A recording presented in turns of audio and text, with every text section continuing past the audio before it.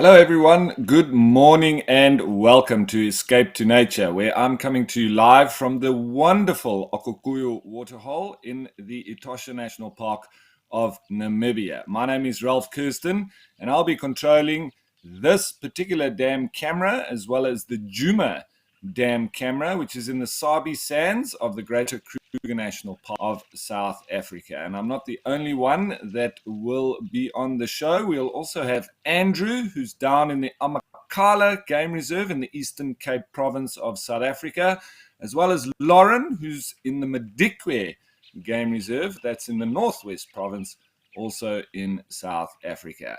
Welcome aboard. What does the bush hold in store for us today? Well, you'll have to stick around and see. And as always, please don't forget that this is an interactive experience. So we'd love for you to get involved, jump on board with us and send us your questions and your comments. You can do that on the Wild Earth website or on the Wild Earth app. And you can also jump onto YouTube and subscribe there for any updates and treats that we may have for you from the bush. Now, it looks like a lovely day here in the Etosha National Park. Some of the animals have come down to drink. Let's just go on and have a look at how the weather is going to be across the different locations.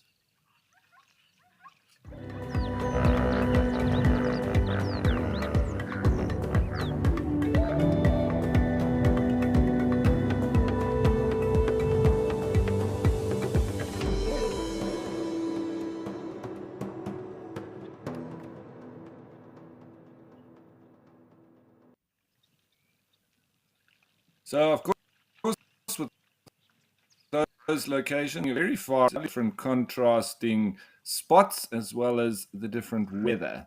But like I say, it looks like it's going to be a perler here in the Etosha National Park. I would expect it's going to get quite warm later on, and that will bode well for lots of animals coming down for a drink. It does sound like there were some lions around a little bit earlier. They were calling, but I don't think they did come down to the waterhole per se. But all the animals here do seem to be rather relaxed, so I don't think they're anywhere in the immediate area.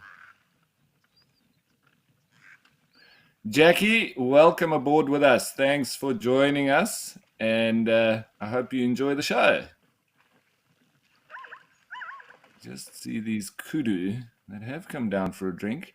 I may have spoken too soon that I thought the animals were rather relaxed. Although these kudu do seem like they're a little bit edgy. Maybe they also heard the lions calling a little bit earlier, so that might make them a little bit skittish. We'll have to wait and see. If we're lucky, they might even come down for a drink. But generally, as it heats up, the lions will be looking for shade and probably not be too active. But you never know.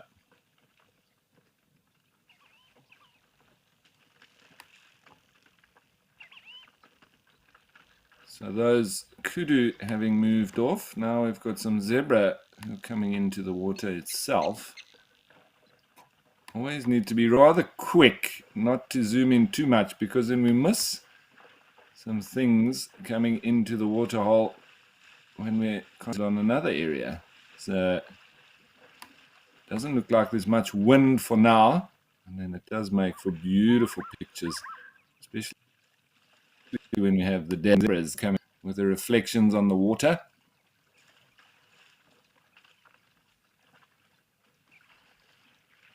Generally, each day we get the zebras, the oryx or the gemsbok, lots of springbok and impala, the black-faced impala, as well as kudu. Not in as big numbers, but those are the general animals that come down each day. We always hear, especially in the early mornings, the Namakwa sandgrass calling. That's that lovely bubbly sound that you will be hearing. Lots of doves. We also have had some guinea fowl. There's some moving around in the background there near to the oryx. And generally a few crows as well.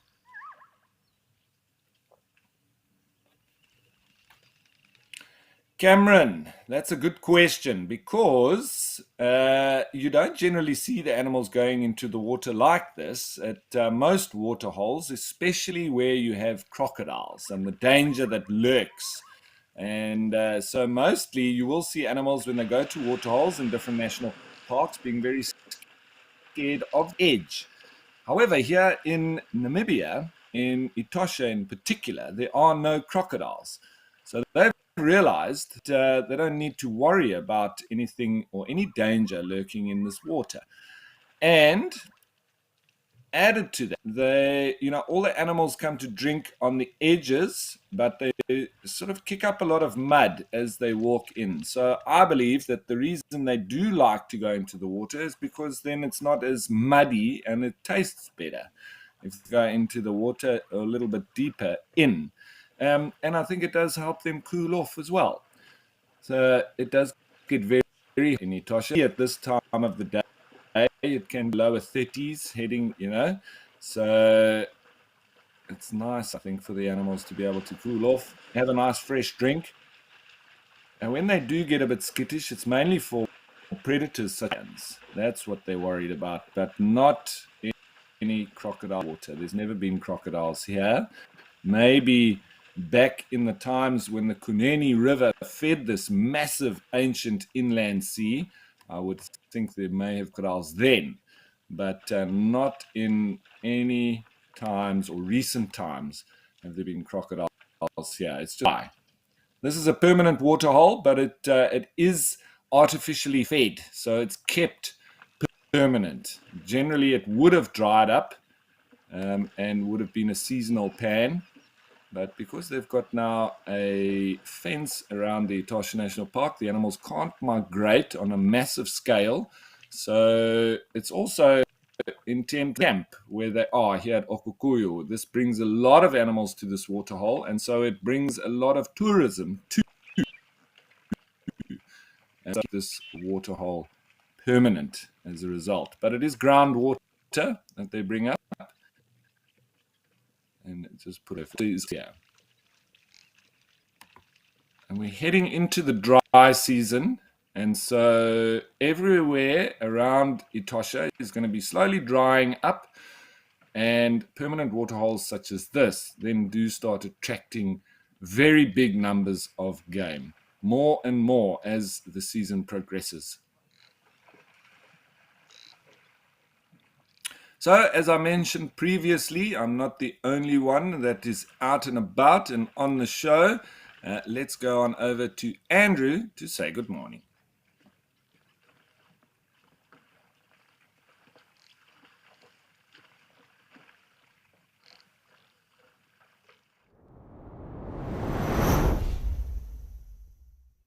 We are out and about, and good morning, good day everybody. A nice sunny, well, sort of a sunny day here in Amakhala Game Reserve. There's still a bit of clouds at the moment, but we are expecting temperatures to warm up, so we're just waiting for that. Yeah, it's going to be a good day out, I'm sure. Morning, my name's Andrew. Morgan is behind the camera. Yeah, we're hoping to find you as many things as we can and talk about some cool things this morning. So far, it's been quite a good morning this morning. We did find the three amigos. Not sure where they are now, but just to give you an update, they are A-OK and doing well. This is a cool area that we're in here. This is very close to one of the dams it's dry at the moment. It's called Dry Dam. It's been dry for a very, very long time. It's just around the corner. But every now and then we get some really spectacular sightings. I've seen some great elephant sightings here over the years, and a lot of different species of antelopes. And because the dune thicket is not too far away, you just never know. Perhaps Cape leopard is in there. Myself and Morgan were actually chatting this morning about Cape dwarf chameleon. He asked me if I've ever seen here, or in Port Alfred where I'm staying. But here in Amakhala, just wanted to let you know, I've only seen 3 in my entire life here at Amakhala Game Reserve, which is the Cape dwarf chameleon. And these dune thickets ahead of us, there must be quite a few in there. But to spot them, it's difficult. They are very small, and they're very secretive and endangered, unfortunately. Not many left.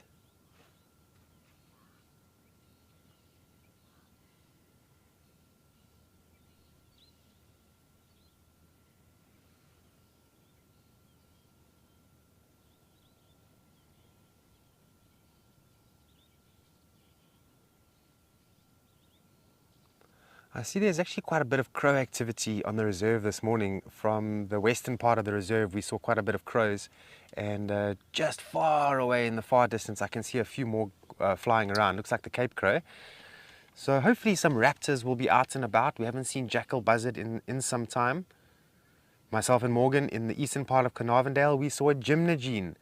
Very, very cool. Only seen about 5 or 6 of them here in Amakhala as well. It's always nice to see new things every now and then.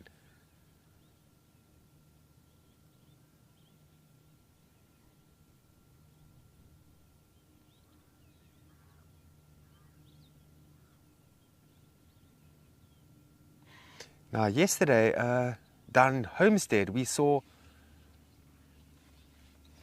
what is that bird called now? It's a white-necked raven. Okay, cool. We just have a vehicle that's about to bypass. No, I don't unfortunately have a bird list. I don't keep a bird list. I used to when I started guiding, and I really should update it again.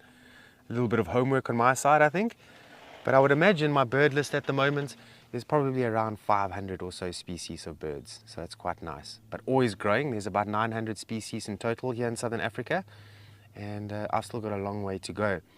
But, you know, some of the people that I did my course with in 2006, one of those chaps, he's on 750 birds on his bird list. So you can imagine that's some real dedication and a lot of passion for birds and bird watching. So we're just looking at these sweet thorns over here. We have shown you sweet thorn before, but more the bushes. These are actual trees. Look at them, they are spectacular. A couple of them have been targeted by elephants. You can see the one trees on the ground. And elephants, they really do enjoy them. Now these, I don't know how long they've been surviving for here, and they're very lucky to get this big, but ideal for giraffe. And you can actually see the tops of them have been browsed by giraffe at some point. And you're getting that little bit of a canopy on the top, and then the browse line just beneath it.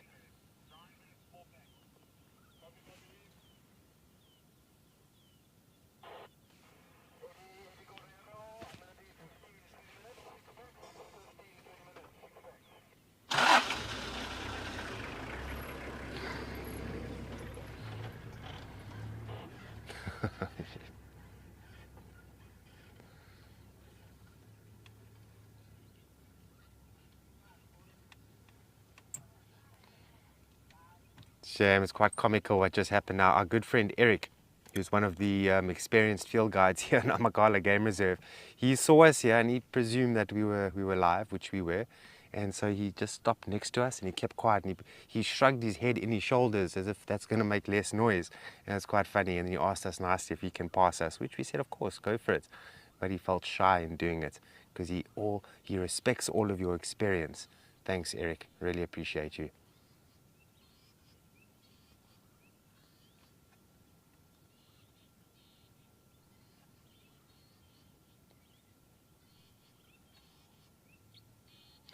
So that's actually the prime reason why most of the sweet thorns out here in Amakhala are short, is because elephants do go for them and they kill them, they do. But it is very important because otherwise sweet thorn would most definitely take over the reserve and grow everywhere, which might not necessarily be a bad thing because it's food for the animals. But then it comes with a little bit of a catch. The bush is going to become incredibly thick and then game viewing becomes a lot tougher. So elephants are important in that sense. They open up the bush a little bit and make things a little bit visible and allow other animals to venture through. I'm not sure how old sweet thorns get. If any of you know how old sweet thorns get, I think it's a fairly fast growing tree, or it's not like a very slow growing tree like, you know, some of the milkwoods out here or the wild olives that can take 400 or 500 years. I don't think sweet thorns get that old. But if any of you have any idea, please let me know.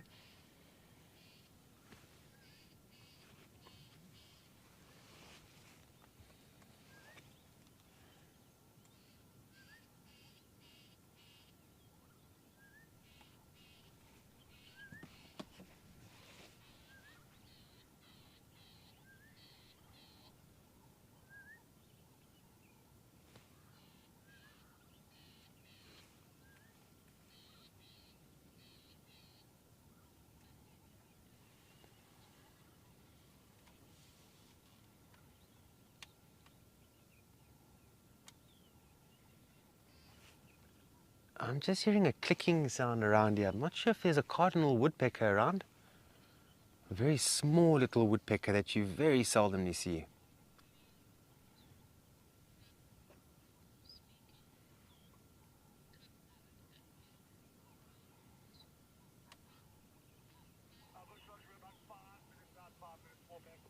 Now, as we sit here, there is a common fiscal shrike that's calling quite vigorously out here.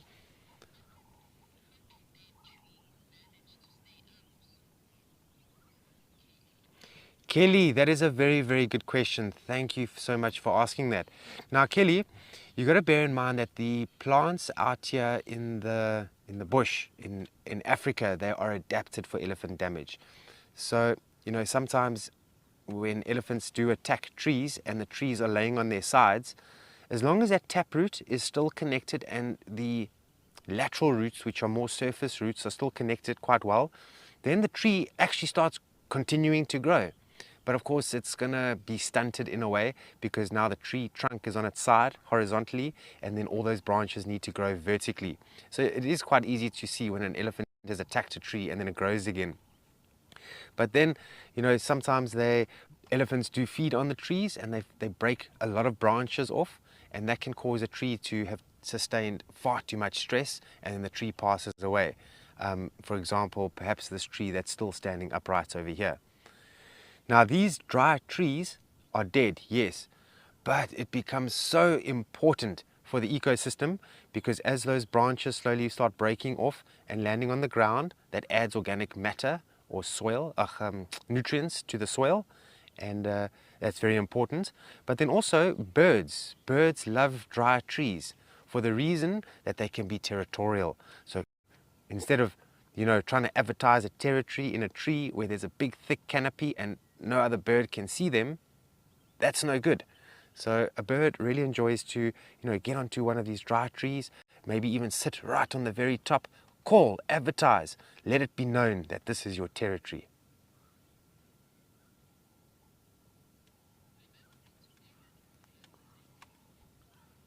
Just brilliant. Now, Lauren wants to say good morning to you all, so we're going to send you all the way to Madikwe Game Reserve.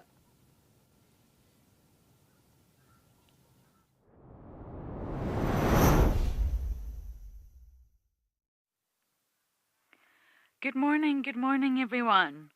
Welcome to Madikwe. Another day, another carcass. This is not the giraffe carcass. You may be able to tell it is in fact an old buffalo who died of natural causes and got stuck there. So that's a very sad story. We thought we'd come to some hyenas, but no, it looks like it's already almost finished.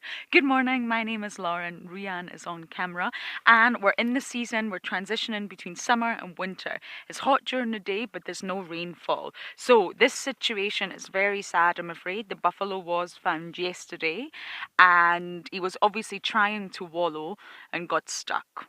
Completely natural. I don't believe, from the information that I've gathered, that the lions were on it. I believe the entire carcass has been finished by hyenas. We saw a few running around, and vultures. But sadly, it's already 9. It's already 10 to 10 here. It's very late to sort of start your game drive.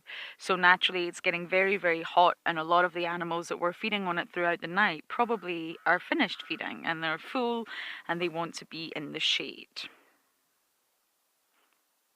So I think we've missed the chaos. But it's not just a buffalo. If we look all around us, we're surrounded by whiteback vultures. Why they're not on the ground, I'm not sure. They should be picking up all the pieces that they can. You can also hear the pied crows calling as well. Unmistakable call. Another day, another carcass. But this was reported yesterday. We did hear about it, and obviously it is, I believe, quite close to an inaccessible spotted hyena den. So I knew because of the proximity, hyenas are going to find this. And I believe they have. Oh, look at that, spectacular. All white backs, but you can see they're all different colors. They all have a different color palette, which I think is really lovely. And of course, you've got the two pied crows for fun. who look like they're wearing little tuxedos. It's adorable. I love pied crows. I think I'm the only one.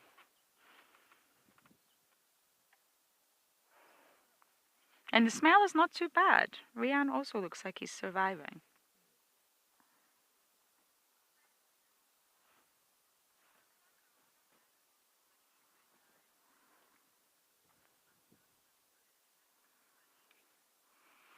Bernice, I mean, we've shown you two. I'm not sure how many more animals die of natural causes. Two's not a lot. Animals die of natural causes all the time. And this buffalo, this does happen. We got asked about it the other day, where animals get stuck. There's just not enough water now. We're going into dry season.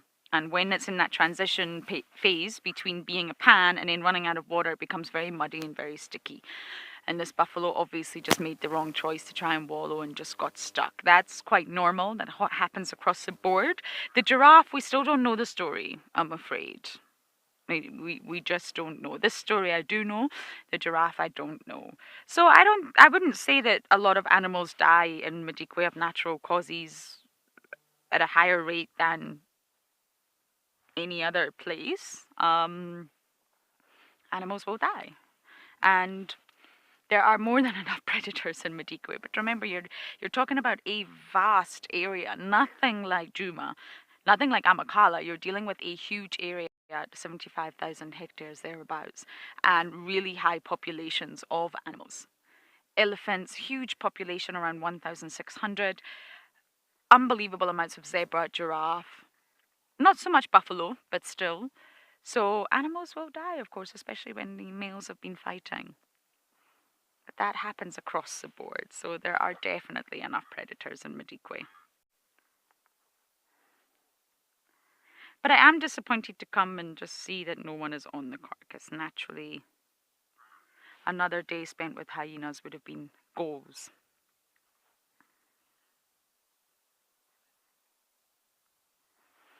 Finn, no, they're not. Buffaloes live in herds, and they live the herd life. You will never really find a female on her own, not really. Females and their calves make up the bulk of a herd life, very similar to elephants, I guess. And within that herd, you will have lots of males. Now, within a herd, it's really to do with the advantage of rank. So, the more dominant individuals are the ones that lead. Ah, spotted hyena. Hello, hello. 12 o'clock, Rianne.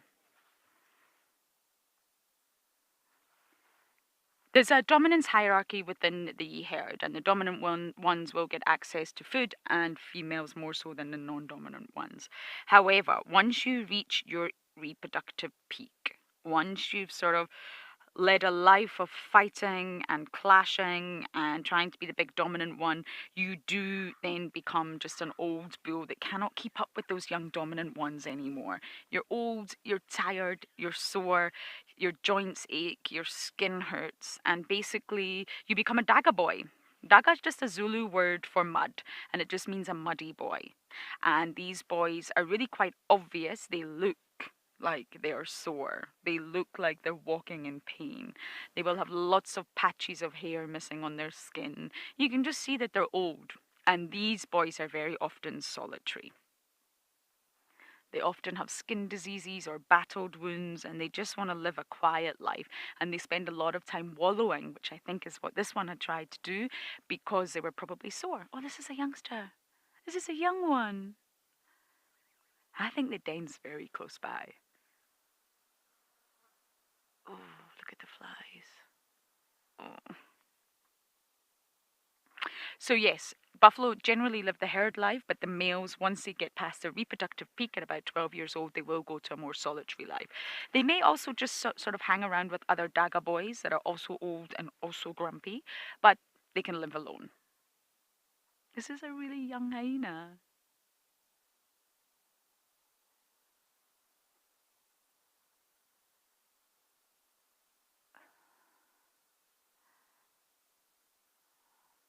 I'm convinced the den's not too far from here. I know it's in this area, but I actually think it's pretty close. Ah, another day, another carcass, and a... Whoa. Wow. Okay, he's really climbing inside. Ooh.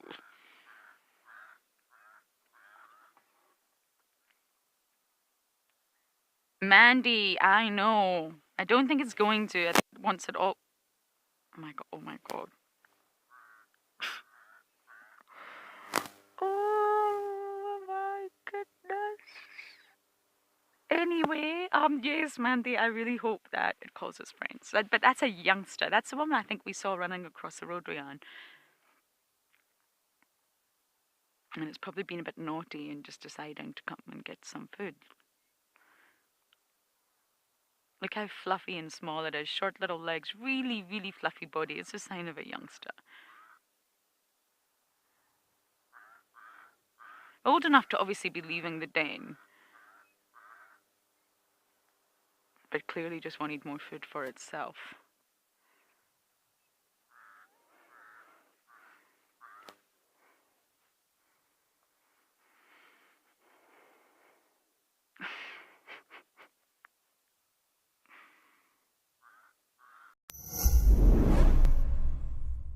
Wild Earth is looking for unique wildlife sightings filmed by you.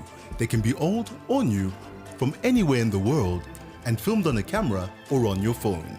In return, we will give you cash and a chance to see your clip on TV with your name in the credits. It's easy. Post your clip to Instagram with the hashtag WildEarthClips. Get selected and get paid. Head over to wildearth.tv/content to find out more.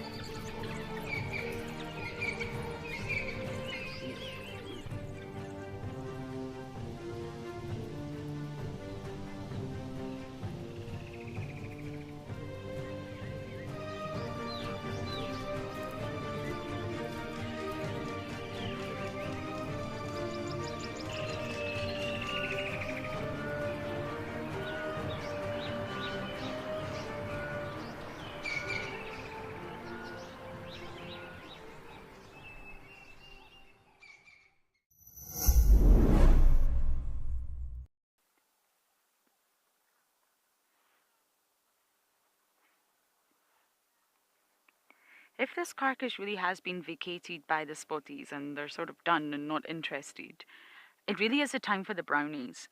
And we're in an area that Davy and I actually spent a lot of time. We're in the sort of actually we're in the south. It's categorized as the south. It's below the central belt. And it's very close to the two pans that we visit frequently, Melarani and Flay. And we've spent time at these pans. Very often we see brown hyena. Crossing the road, moving, coming to drink at the pans. So I'm just wondering if it is now time for the brownies. Am I telling myself that? Maybe. Am I hoping, wishful thinking, confirmation bias? Probably. But know, this little youngster spooked by everything. But yes, I wouldn't be surprised if the brownies started to show. Maybe it is too hot right now, but maybe later this evening we'd get lucky with some brown hyenas. Even just one would make me happy.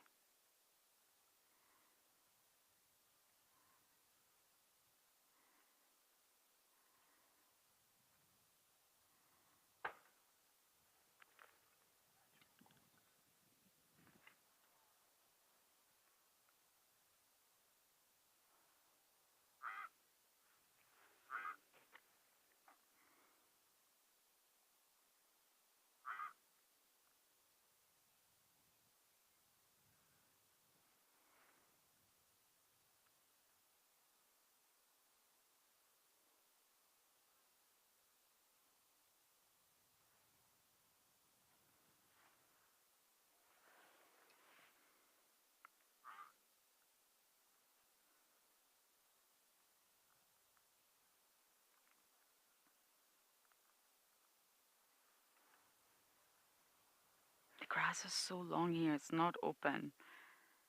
It's not like the giraffe carcass when you're at the dam.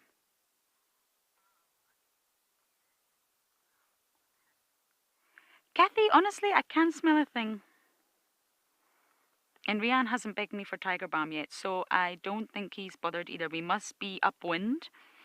I honestly can't smell a thing, and I've got quite a strong sense of smell, I like to think. I really don't smell anything. I'm sure if I got closer, it would be terrible. I don't doubt it, Kathy. But right now, as it stands, I think maybe the wind is in our favour.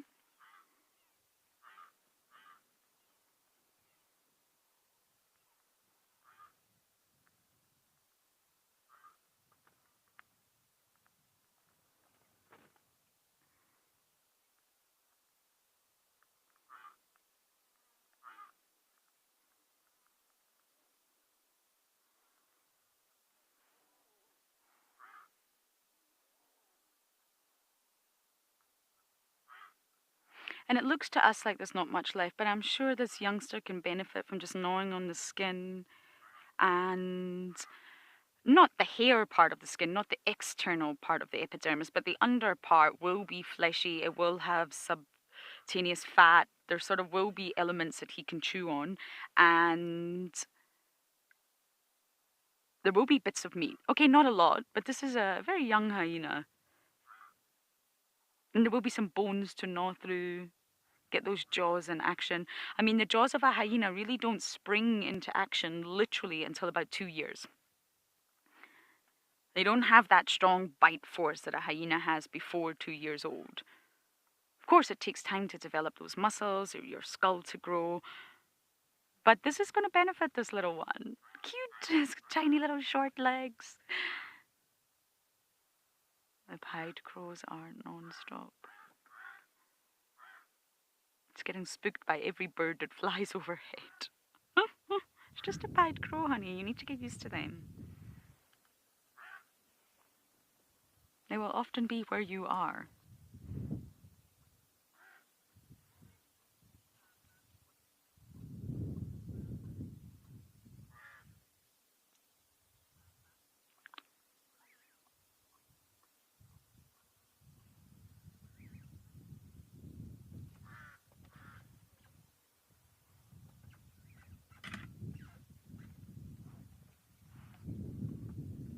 I think it might be worth sitting here, you know, for a little while at least another hour, and see if, I don't know, carcasses like you saw with the giraffe. I believe the giraffe carcass is also ongoing, but we wanted to come and check this one out because this is very close to where we stay. Kind of. Closer, should I say. Nothing is really close in Madikwe. And so much happens at a carcass. As you guys know, some of you were following the giraffe carcass story. I wonder what it's like up there today. I wonder if the spotties are still around, are the brownies around, are the jackals still around? We'll need to find out.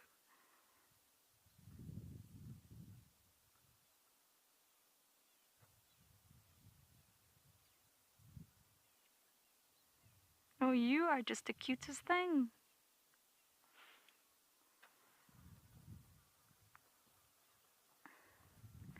we are definitely going to continue to sit here because you never know what's about to happen. But I believe Ralph has got some action for you at Djuma Dam.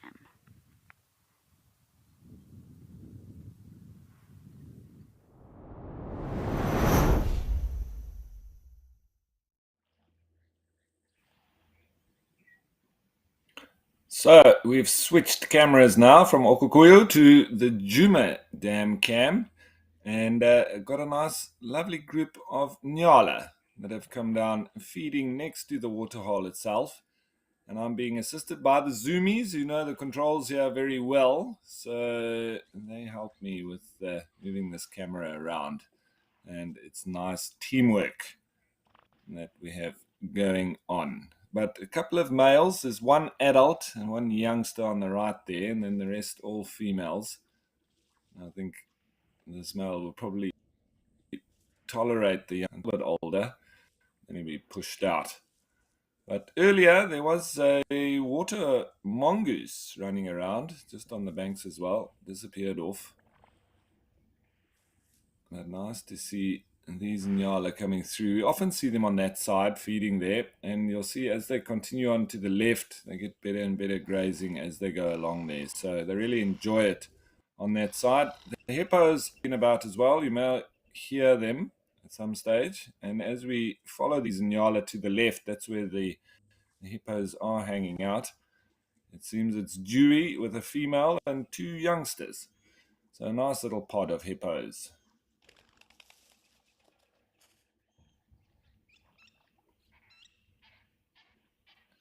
Does seem pretty overcast, so who knows? Maybe we'll have some activity from the predators. I see some of them coming down to drink as well. But if any of them do come down and we still have these nyale here, they'll let us know. So we don't need to be too concerned with scanning too much because, as I say, they'll definitely let us know if there's a predator about.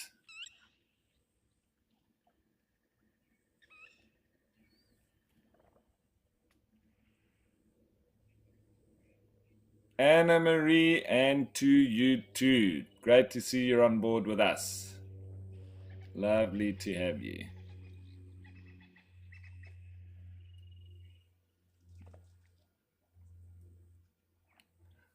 Nice calm scene. Doesn't seem like there's too much wind. Yesterday was very windy, so it was actually quite difficult for me to go to the Djuma Dam cam because it was wobbling about. There was so much wind. I could hardly get any kind of zooming going on because as soon as you went in, it was really showing up on the picture itself. Just so much wind.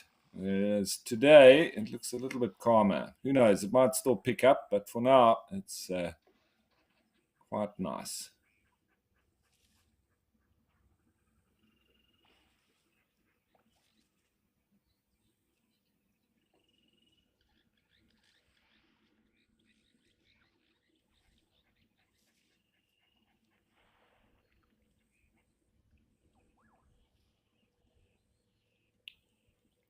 I always find nyala very tranquil animals, and you often find them in or around the lawns, around lodges and camps in the bush.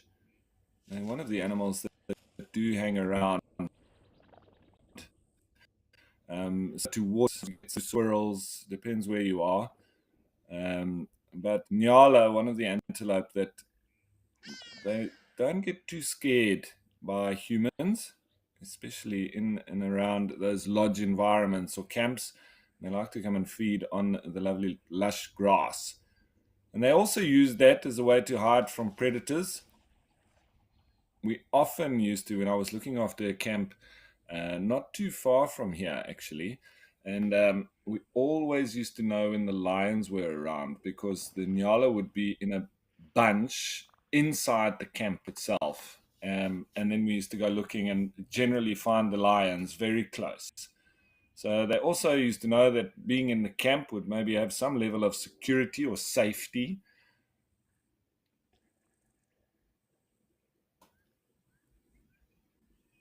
But they've also got a very booming bark. Similar to kudu and bushbuck. and one of the best indicators of predators. Is there we can just see a little bit of bubbling from the hippos.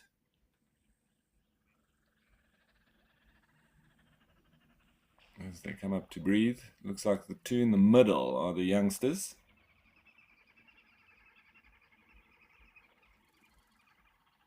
Nice to watch. We often see them wrestling and playing about, cavorting.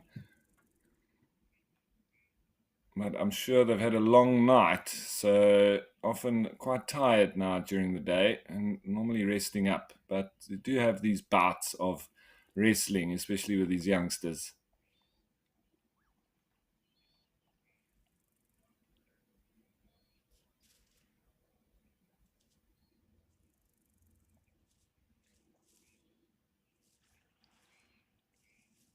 Just the nostril to breathe.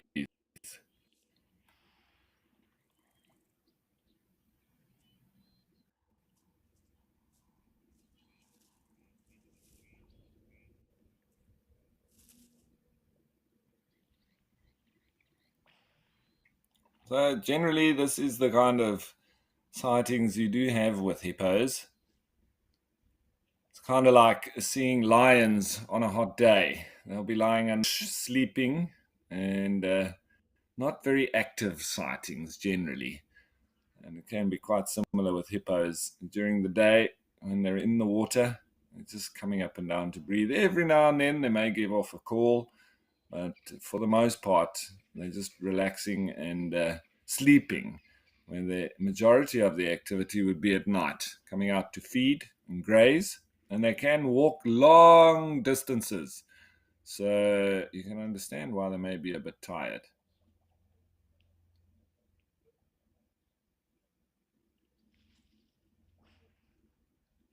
All depends on the temperature as well. If you see them coming out, if it gets a bit cold, that's when you can hippos coming out and even sleeping on the bank. So if we're lucky, that might happen if it's rather cool in the Djuma area.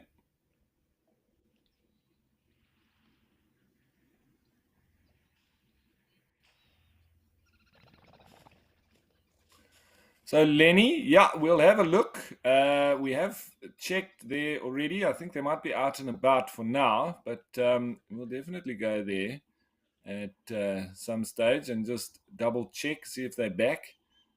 But the last time we checked, they were there. So they are in and out. I'm sure they're out foraging for now.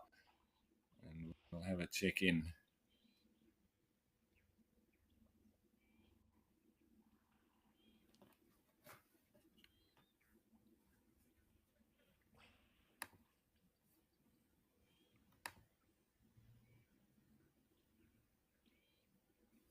So, looks like it's quietening down here a little bit, and y'all are just carrying on their lovely tranquil feeding process on the opposite bank. And the parrot's not around for now, but we'll double check in a little while, and we'll leave these hippos on their sleepy day. Let's head you on over to Okukuyu, where it seems like there's a little bit more action.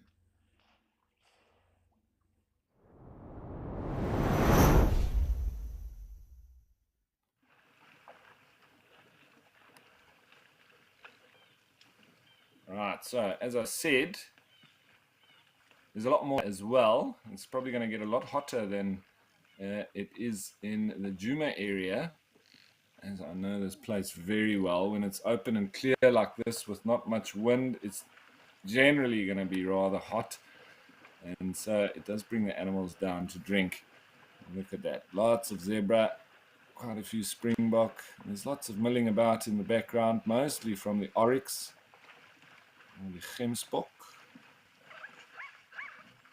And listening also to the springbok, who are starting to rut now. So you have a lot of them talking. That very typical springbok sound.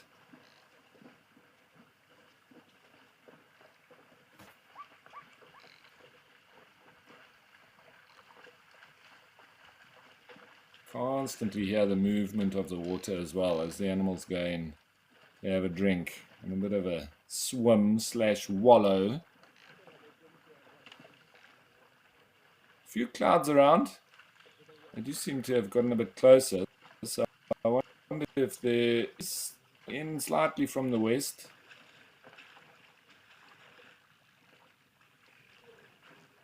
The big rains that you get in Etosha generally come from the east, but you can have sometimes where smaller rains come in from the west.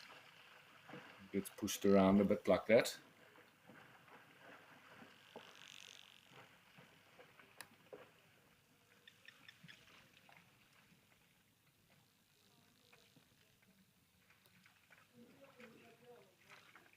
Just checking we're not missing anything.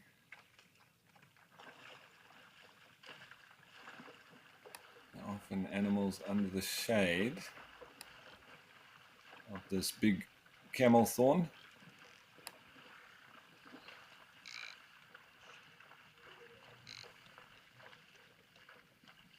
So Ruth Ann, well, a lot of the antelope go through the rutting season. You'll have, and it's mainly the ones that really do it with a lot of, that you see it quite clearly. Springbok, impala, blesbok. You'll even have kudu as well. Lots of fighting around that time. And now's the time when it starts. It may have started a little bit earlier, sometimes a little bit later. It's it's not an exact science, but generally around when the days become shorter and less light, and that sort of triggers the increase or change in chemicals in the males and the increase in testosterone, and that's when they go from friends to foes and then start fighting. But it does take a little bit of time. It doesn't happen overnight, but slowly but surely now we're going to see lots and lots of fighting, and it's actually amazing to watch. It's quite powerful, and you'll also have the oryx also rutting, start fighting with each other. That's pretty impressive when oryx fight. They are rather strong, and they've got very, very sharp horns. So in my travels and treks around Namibia, I've come across on foot countless oryx that have been killed by another oryx with broken horn inside them. We find these carcasses, and then you often see oryx without both their horns. They just have one. So it does happen quite regularly. And I've also seen springbok, when they're fighting, getting hooked or caught in their with their horns. And they do say that the sort of rounded nature of the horns, or the curled nature of the horns, does assist in them not getting locked, but it doesn't always work. Sometimes they do get caught up, and then obviously when that happens, they're going to be easy prey for predators, which is generally what happens then. They can't run away with each other. You can hear that very frog-like call of the springbok.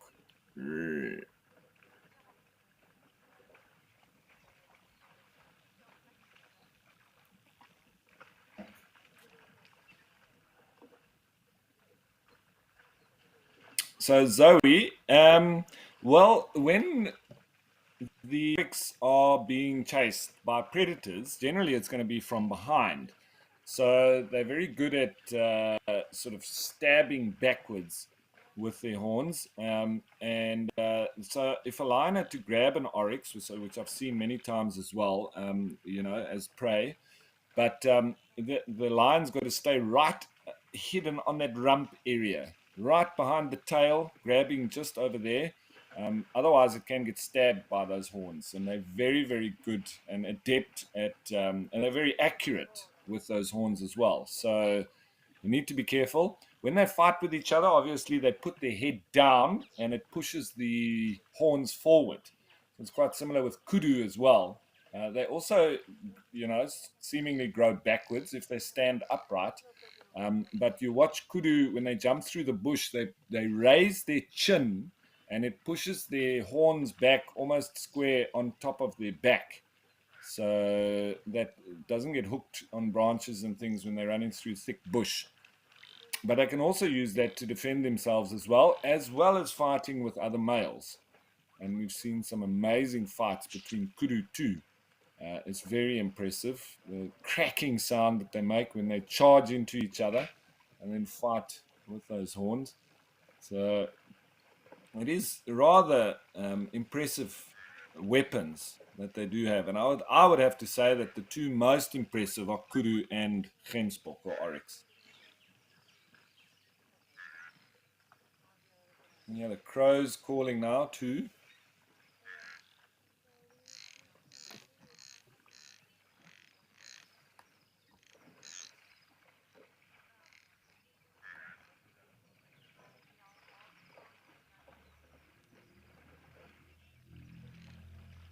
As far as I'm concerned, the oryx are the royalty of the antelope. They're just very regal.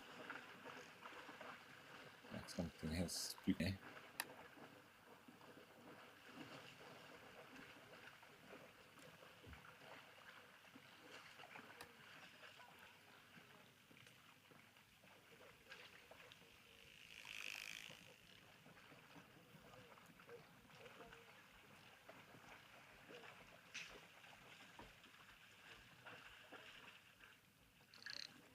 I think the oryx have now drunk their fill.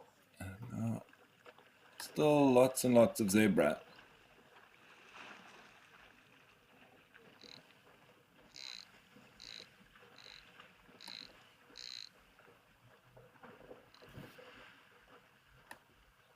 Ah, here's our kudu coming down now.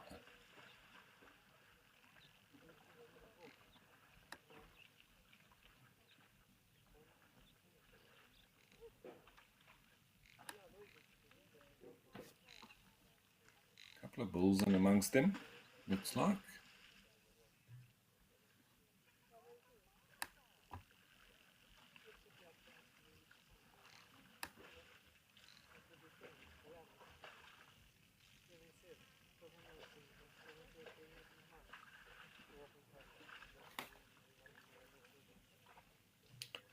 So Sarah, the herbivores, it all depends on their particular social structure within the different species.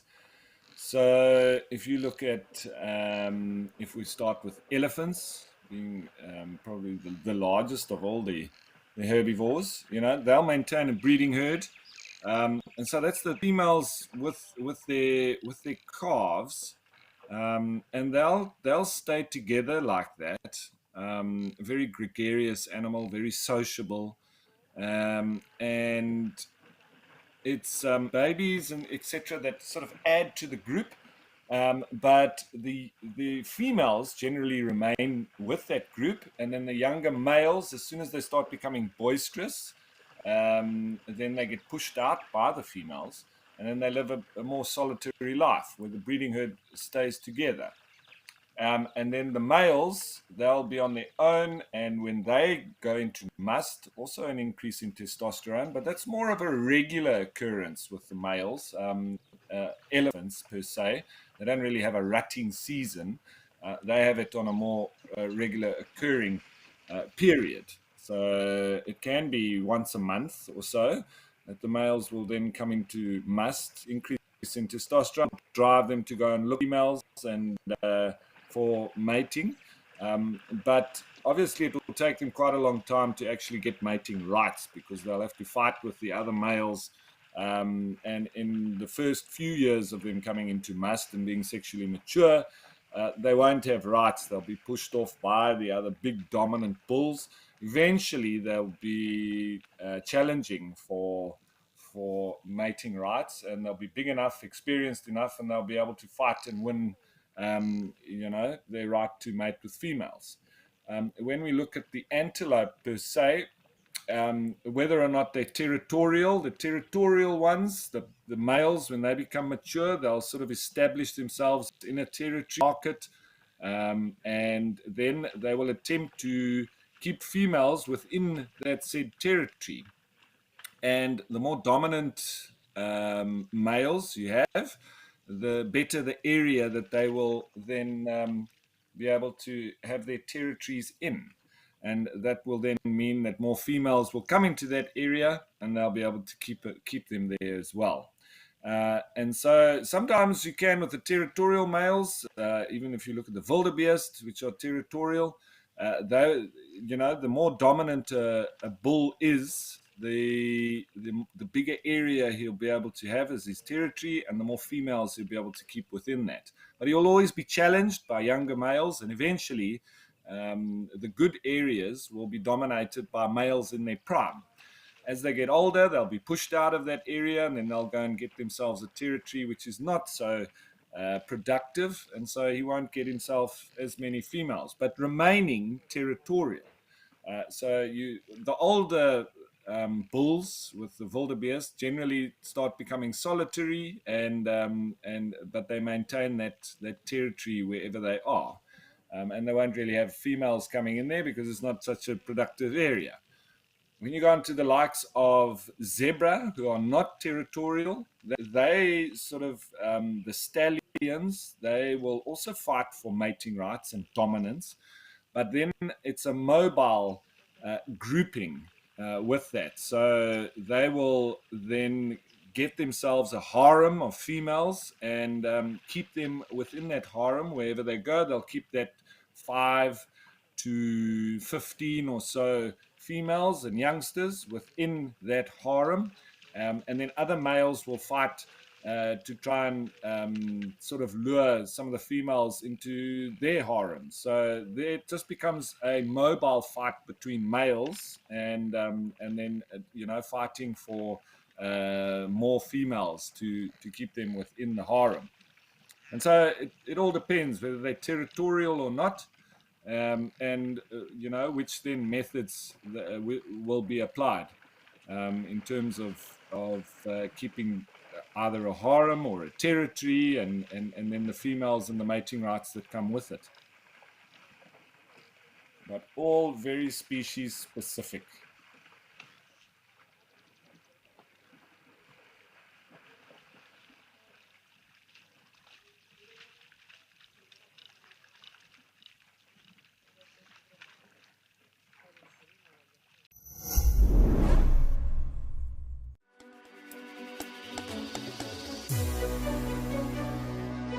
Whoa, that's epic. Garden orb-web spider. Some African wild dogs and they're chasing something. I can honestly say I've never seen anything like that before. Hey, can you believe it? That is amazing.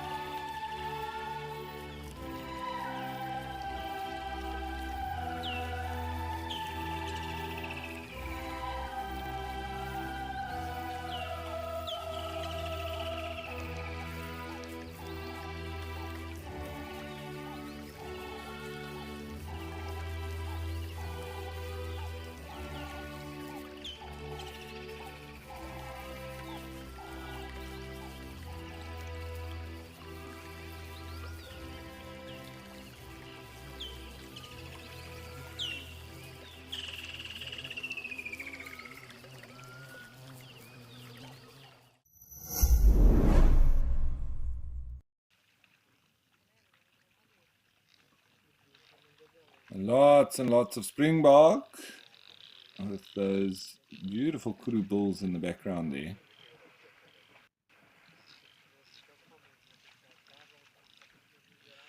And we can see in the foreground here, there has been a little bit of elephant activity, not too much, and that's been there for the last couple of days now. So I do hope that they are going to show themselves sometime soon and start making their migrations back from the eastern side towards the Okukuyu area here again. And an animal that I haven't seen for quite a while as well here in the best habitat for them is ostriches, but it seems like Andrew down in Amakhala has managed to find one.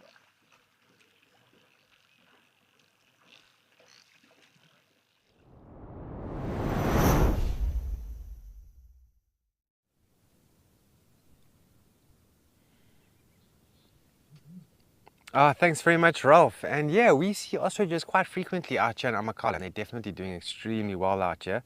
I'm not sure if they're going to dip behind the bank over here. I'm just going to see what they're going to do. It's 3 females over here, and they were actually just sunning themselves, sitting nice in the sun, and they were actually lifting their feathers a little bit to allow the sunlight into the feathers and, you know, reach the skin.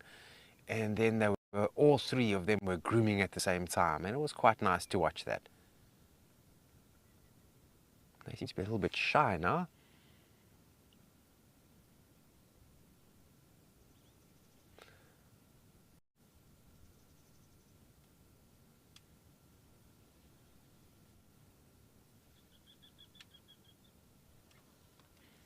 So a few years ago, not far from where we are, just on the top of the ridge, on an area called Smudges, that Morgan knows quite well as well, we actually found an ostrich, how do I say, the egg site for the ostrich, and there were about 16 eggs in that egg site, which was quite nice to see. And as the days progressed, we were just waiting for these chicks to hatch, which they did. We didn't see it. And one day we came there, and there's just all these broken ostrich shells everywhere, and they had hatched. But it's actually quite strange that you very seldomly find these sites where they lay the eggs. Even though they do lay the eggs in the open, they lay a form so that when they do lay the eggs in the form, that it's just a little bit lower than the ground level. And so if you're an animal that's like a baboon or a jackal, if you're looking out in the distance, you're not going to see these white eggs standing out, and you'll know exactly where they are because they're a little bit lower, which is very clever. And just like that, the ostriches have moved off. Not sure if you can see that red bank on the opposite side there. That is Bushman's grave. We did a wonderful talk the other day with Mpho when he was out here, and we found some stone tools there, and we spoke about the Khoisan Bushmen that occurred in this area a few hundred years ago. And actually, just in that very area, a good few years ago, the landowners of Amakhala found human skeletal remains, and they immediately presumed it was Khoisan Bushmen. And so they called the Albany Museum, and they came out with they call them paleontologists, I think, and they came and inspected the bones, and they confirmed, yes, indeed, it's the Khoisan. But the interesting thing was, and I don't think there's a conclusion yet to it, but you know, the Khoisan Bushmen were particularly short people. That's how they were built. And the skeletons that they found there, one human being was very tall, taller than what I am even, and then one of the remains was a normal sized, you know, skeleton for the Khoisan. So very interesting. Not sure what the result of that investigation was. The way they found the bones was just by chance, actually. So as you can see, it's very eroded over there, which means that at some point there was some pretty heavy rains that came about and drilled the earth away like that and eroded the soil. And then when the rains come back, you know, it erodes even more and even more and even more, and it gets bigger and bigger and bigger. Now the landowners came out here to inspect the damage, and that's when they found the skeletons. Very interesting.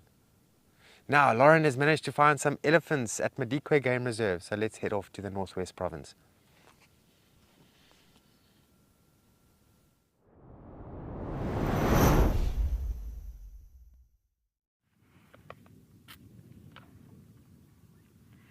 We ended up leaving the buffalo because the hyena disappeared and the vultures flew off, which meant that Rianne and I were just literally staring at a dead buffalo.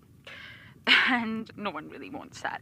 So we have come to the famous Melarani pan, and Melarani is famous because of what you can see right now. It is never not full. And this is still autumn, kind of. We're not fully in the swing of winter yet. We're getting there, but we're not there yet. And in winter, when there's no other water available anywhere, the pans become so active and so eventful that, especially this one, you'll see multiple species, multiple interactions, multiple sort of behaviors, and it's just a really incredible pan. And you can see in the background you've got the Dwarsbergs mountains. Rianne can probably say that better than I can. And although it is a man-made pan, it's definitely not as aesthetically pleasing as a natural structure. It's obviously there for a reason. There has been unbelievable years of drought, and of course water needs to be supplied for all the animals.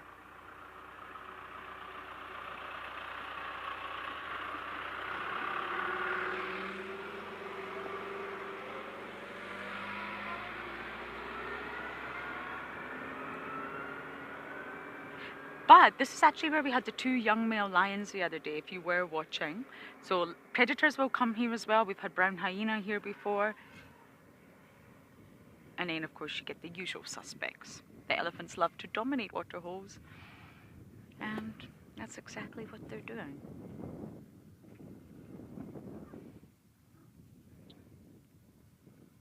I have lots of wonderful memories at this pan. During winter too, it was before the rains. Some incredible sightings.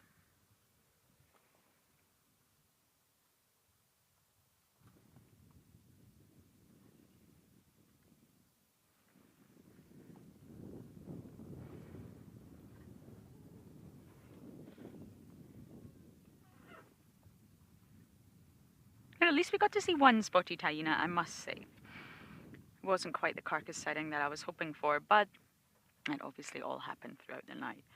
So it's already been quite a diverse drive. Diversity and variation are the fabric of life.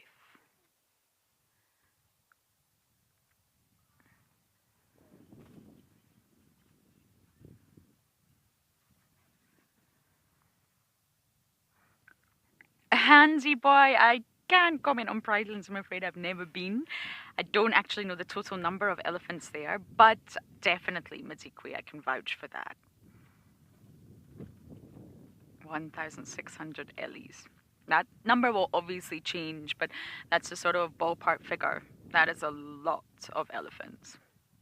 If you come to Madikwe and you don't see elephants, then you've either been blindfolded the whole time or seriously unlucky, because the elephant sightings here are next to none.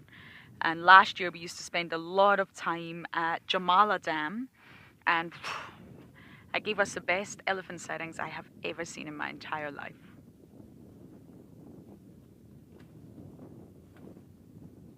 Really, really unbelievable stuff. Madikwe and the elephant population is just...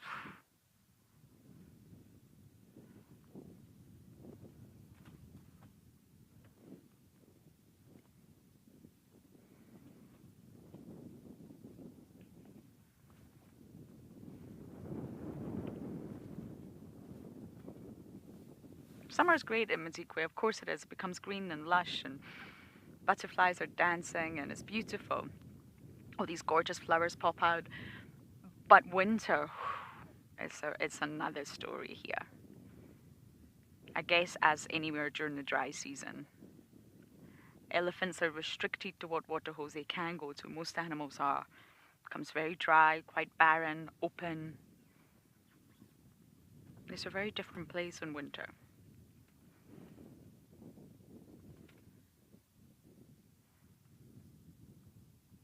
I came at the tail end of winter last year. It was still before the rains, it was still winter, but I'm intrigued to see what it's going to be like on the cold, cold days in June.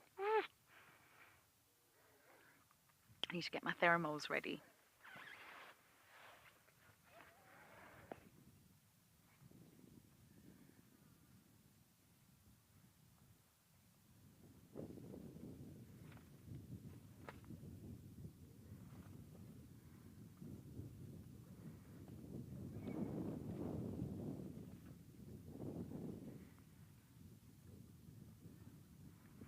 Now I am in the sun here, so Rianne, I do just want to take this moment to reposition a little bit, get out of the main road.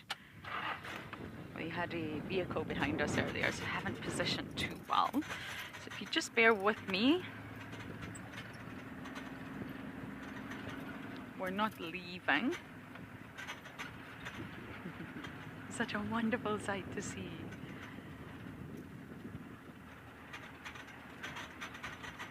I'm gonna try and get out of the sun.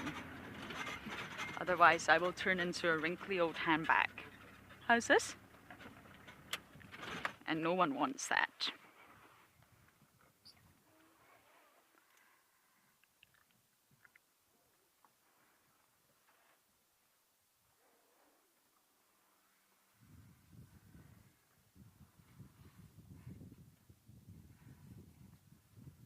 It's just so nice to see so many animals.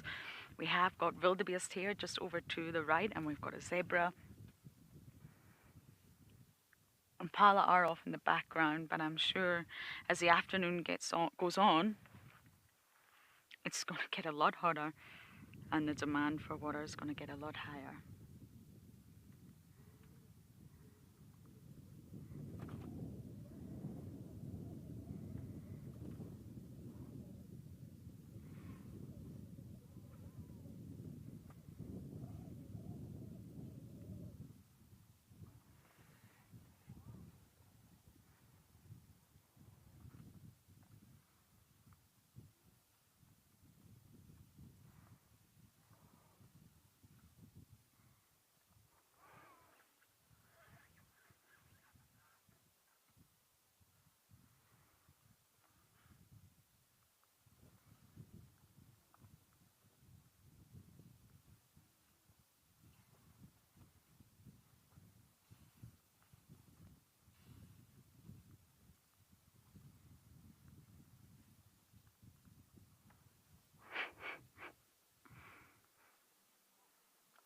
Isn't that just adorable?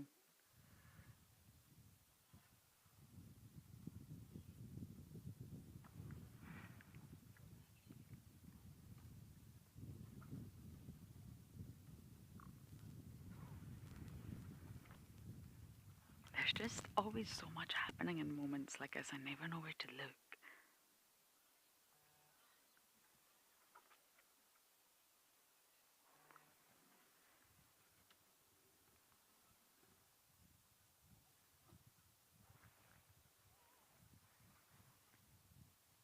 Mac!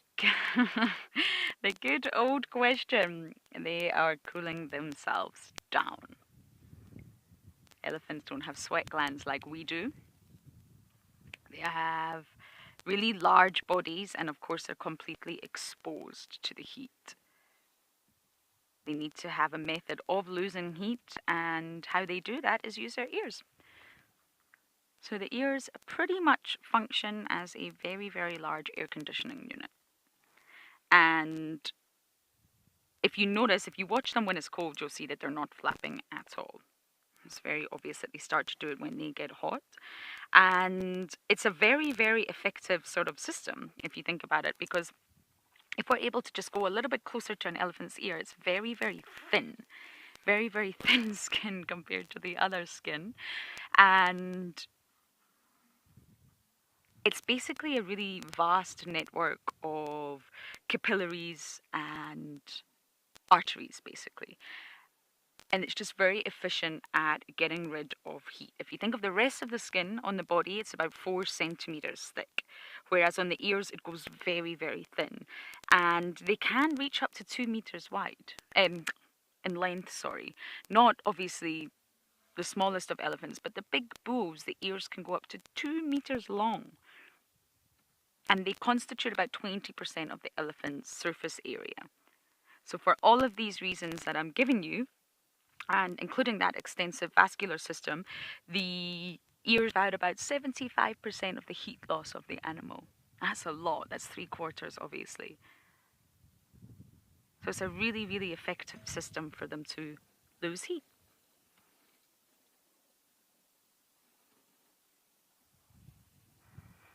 And that's why they'll always be flapping. And of course, if you think about it, if you pick up a piece of paper and you wave it across your face, you're fanning yourself. You get that little bit of airflow. That will also happen. They will also get that airflow behind their ear and on their neck, which will benefit them naturally. But it's really an epic cooling mechanism. Your own ears. I don't know what this one is doing. It really throws me off when the elephants are making me laugh and I'm trying to explain something. So apologies. I was trying to concentrate, but this one just keeps on making me laugh.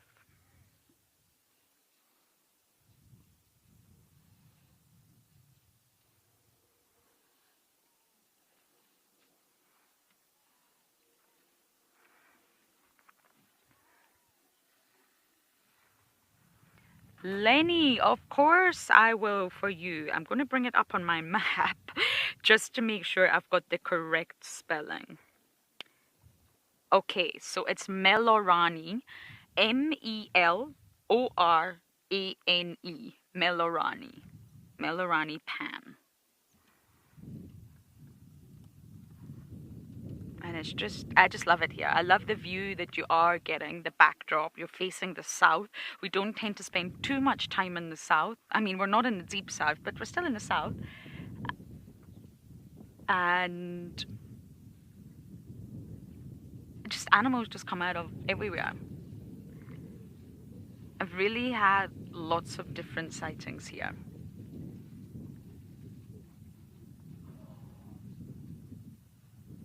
Had all of the big five here except leopard, wild dogs, cheetah. Oh, it's just an incredible area. But there you go, Lenny, Melorani Pan.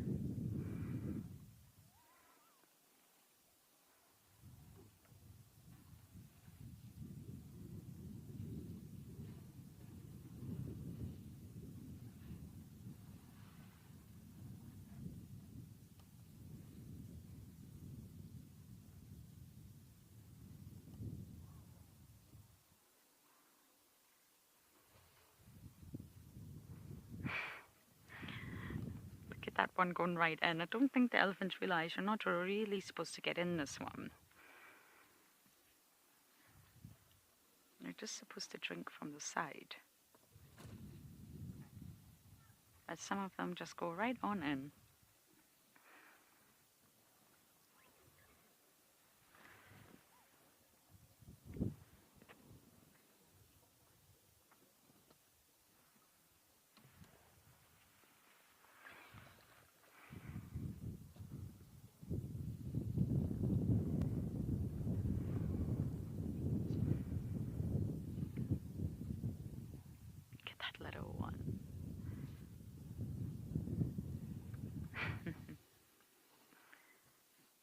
Leading the way, so big and brave.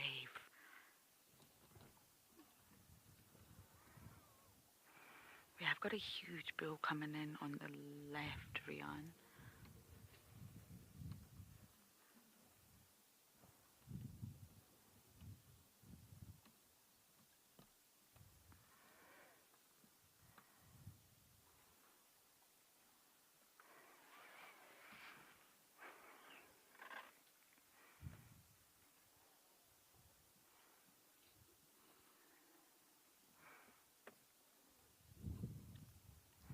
Iffy, I agree. I tried to answer that question so seriously, but I couldn't stop looking and laughing at that elephant that was just being silly on the ground. Look how big that bull is in comparison to everybody else here. Look, really good size comparison. But baby elephants, oh, especially when they charge your car. Mother doesn't react. No one else reacts because they're not worried about you. You're not threatening. You're not doing anything inappropriate. You're not too close. But the babies, Oh, they love to charge your car, and it's just, oh, you've just got to pretend that you're scared. And pretend that you have to drive away now. But it really is the most adorable thing. If it was serious and the elephants really were unhappy with you, then of course mum would charge, mum would get involved. But mums normally don't bat an eyelid. And it's because the babies are just learning, and oh, it's just adorable. Look at the size of this bull.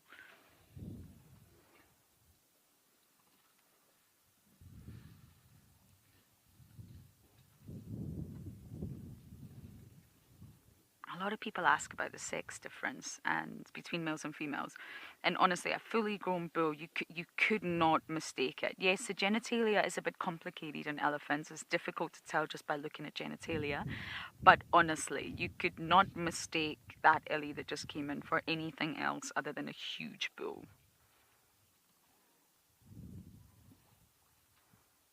He's interacting, he's communicating, he's tasting, he's smelling.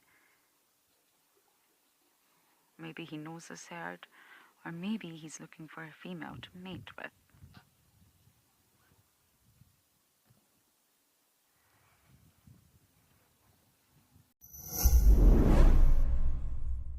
Wild Earth's mission is an expensive one, but we know that our live experience is important to so many people that cannot afford to pay for it. We have added a donate button to our website. By donating, you are directly helping us share our free nature experiences with the world. We want Wild Earth to reach children, budding conservationists, and the less fortunate. A little money goes a long way. You can make a difference to someone today.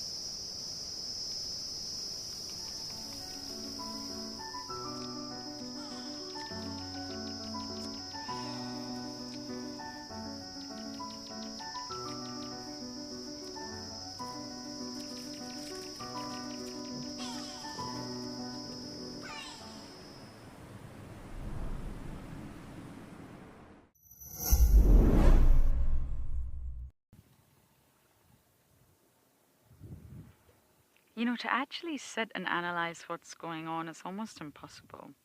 I think elephant researchers like Cynthia Moss, Joyce Poole, the sort of famous ones, it must be so difficult to actually pay attention to everything at once. She's been doing it for years and years, of course, but there's been such a positive reaction to this bull as well. No one's really reacted negatively to this bull, and I wonder if he is known to this herd. Elephants do form friendships, they do know each other. They will recognize each other through that good old pachyderm perfume. But everyone seems quite happy to be in his presence. So we're going to try and stay here a little bit longer, but for now we're going to send you guys over to Ralph.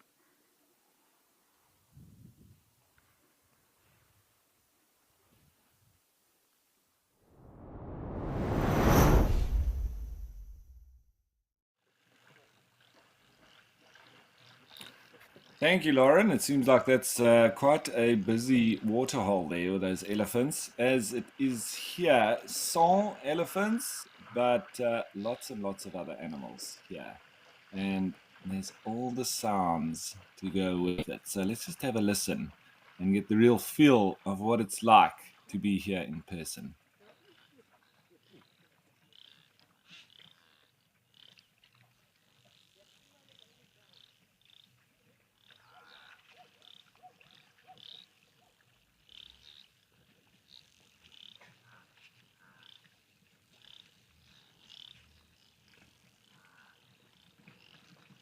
For me, essential equipment when you go down to the waterhole, such as this one, you want to have your binos and your camera, as well as a good bird book. That's generally what I take down, and then it can be lovely to sit here for hours on end and just watch the animals as they come and go.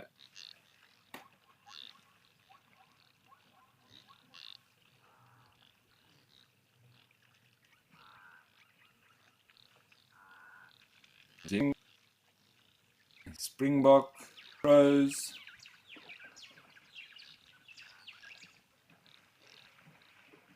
You can hear the starlings calling as well. Normally pale-winged starlings.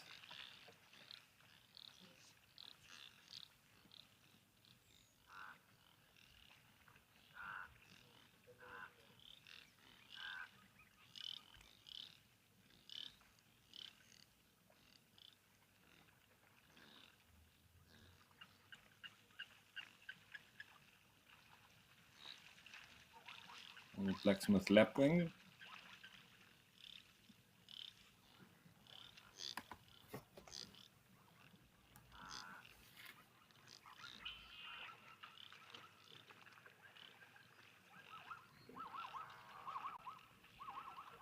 As we're listening to those zebra calling, if anybody has just joined us, hello and welcome to Escape to Nature, where I'm coming to you live from the Okukuyu waterhole in the Etosha National Park in South Africa. My name is Ralph Kirsten, and I'm also operating the Djuma Dam Cam. And then we've got Lauren, who's out on Madikwe, and she's been next to a buffalo carcass where there was some hyena activity.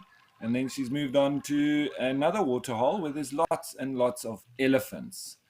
Andrew, who's out on Amakhala in the Eastern Cape, he's been chatting about some birds, and then he also did find some ostriches.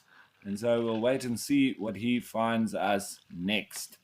But as always, don't forget that this is an interactive experience, so please send through your questions and your comments and whatever you'd like us to chat about or whatever it may be. Jump on board with us, and you can do that by registering on the Wild Earth website or on the app.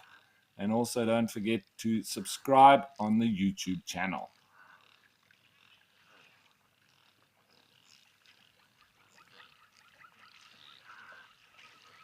Lots and lots of animals down here. Lovely to see.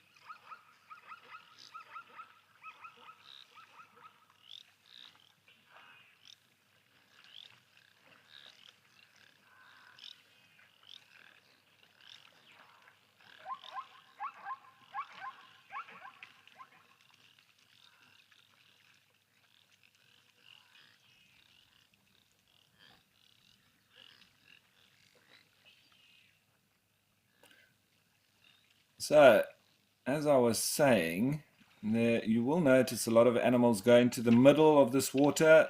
Lots of people always ask why they do that.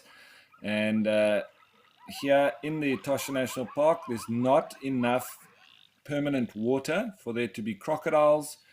So the animals aren't scared to go into the water. There's also no hippos, as well as no buffalo. because there's just not enough water for them.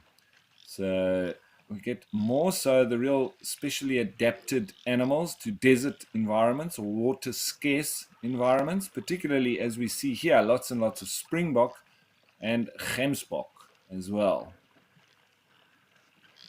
We do see them down in the Amakhala region or in the Eastern Cape, but they are highly specialized animals, so they don't do very well on Amakhala. It's a bit too wet for them, so they're so specialized for a dry environment that they actually find it difficult in that very humid, wet environment with all year rainfall that we get in the Eastern Cape. So they're more an arid to semi-arid species, and as you go across into the Karoo and then heading up into the Kalahari and into the Namib, that's where they're really most at home.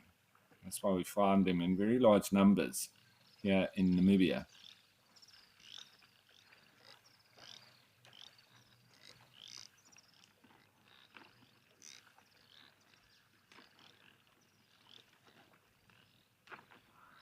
I haven't seen any black-faced impala yet this morning, but I'm sure we'll get some of them coming down. They do like to drink off there on the left of the waterhole.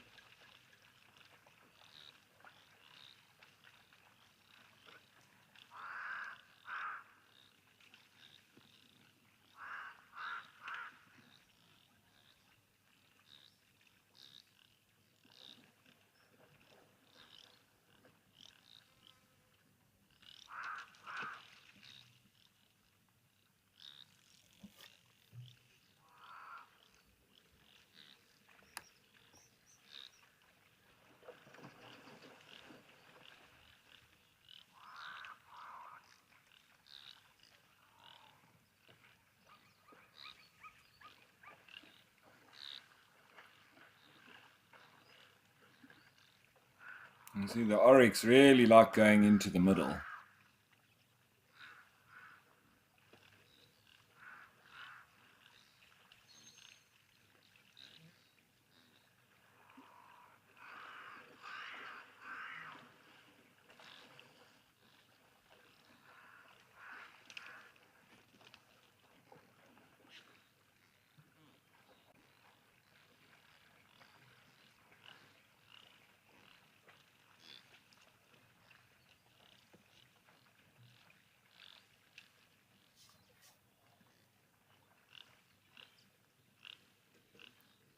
Just a lovely scene. Now, I am just going to have a look and go in a little bit closer on this tree itself. I just want to see if I can spot any nesting birds.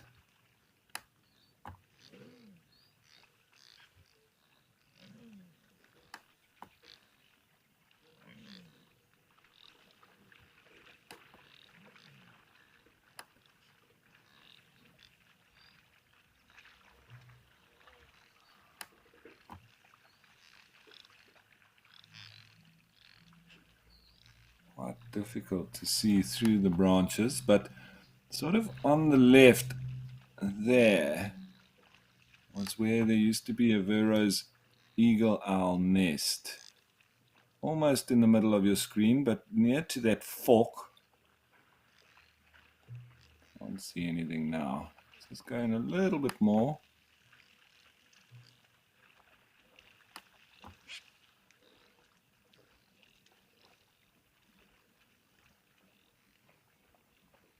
No, can't see anything.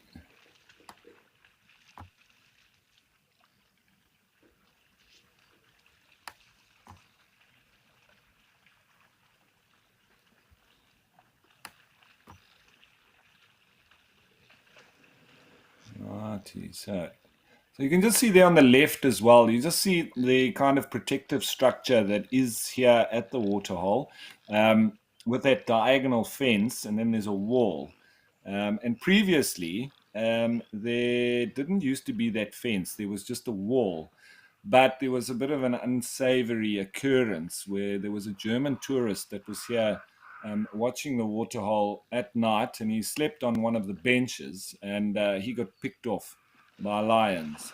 So then, after that occurrence, was when they put the fence up. Now it's a lot safer. So, but I always used to say to my guests, go down to the waterhole, but because of what happened there with that German tourist, it's more advisable not to go to sleep there. Now, what has given these guys such a fright? That is the question. We do know that there were some lions around earlier. They were calling in the distance, but I don't see any here now. It can just be that one of them's got a fright and the rest have just followed. Anyway, I'll keep an eye on it, but it does seem like the hippos are being a bit playful at Djuma, so let's go on over and have a look there.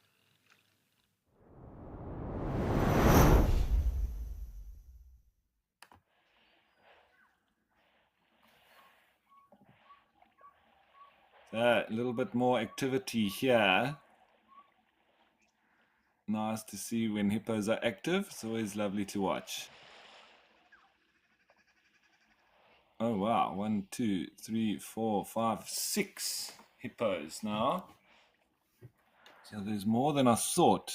Is it 6? 1, 2, 3, 4. Yeah, I think there are 6. Dewey is doing well for himself. His pod just seems to keep growing. For long periods of time, he was here all by himself.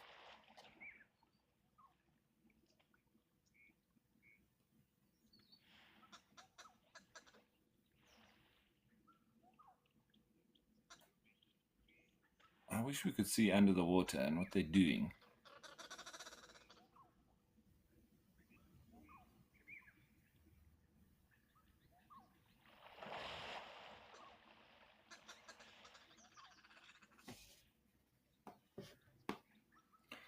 So Tracy, I would have to say that the largest hippopods I've seen in a few places, the Zambezi, the Okavango, as well as in the Masai Mara, the Mara River. I would say about, it depends on how many males there are and very big territorial males. But I've seen pods of 25 plus. I'd say about 30 is probably the biggest pods that I've seen in the Mara River. Lots and lots of females there and also big bulls. But when you have that concentration of them, you notice that they're all full of wounds and scars. And so I think there's just so much more fighting that takes place when there's higher concentrations of hippos.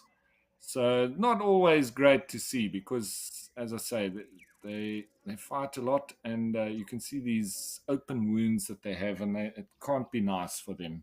And that includes the females. They also get stuck in, and get sort of beaten up by lots of the males as well. And you've got a concentration and not so much space. Yeah, so it does become quite a conflicted zone when you've got more hippos. So I like it when there's just small pods like this. You don't see as much of that aggression as you might see when there's big pods. I'm going to catch a snooze. Looks like my basset hounds.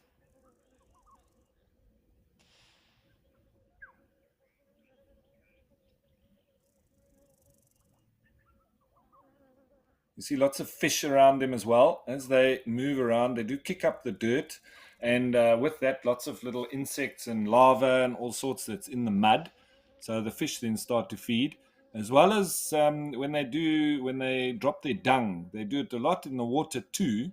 And so lots of little fish come to feed on that. And then the catfish come to feed on those fish. So there's normally a hive of activity around hippos, especially when they're active. As you would imagine, they're kicking up a lot of the substrate in the bottom, and with it, anything that's living in there as well. So it makes it then accessible to the fish, and it's a good feeding opportunity for them. So you very often notice activity fish-wise around hippos when they are active. Mainly catfish.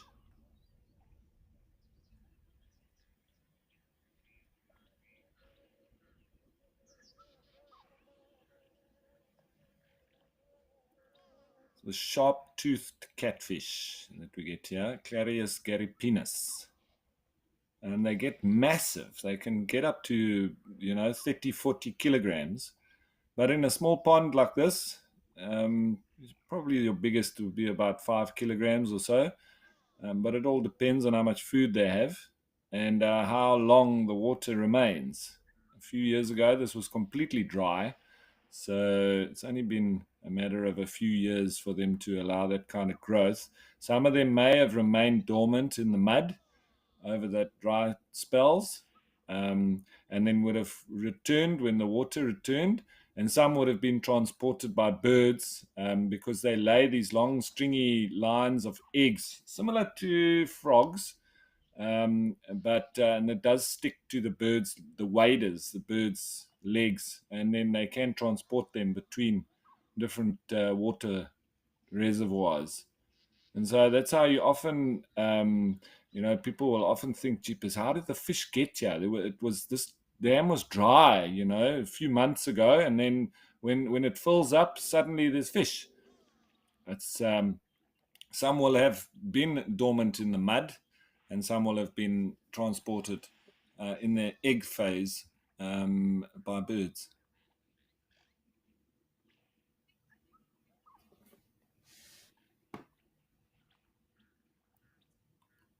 This is so cute. Look at that.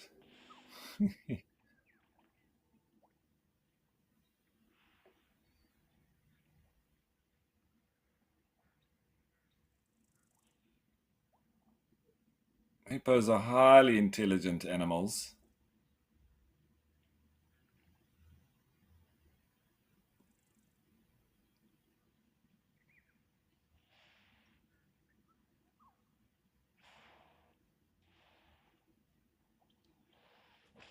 And I'm really glad to see that this pod has grown. I wonder where all of these hippos have come from.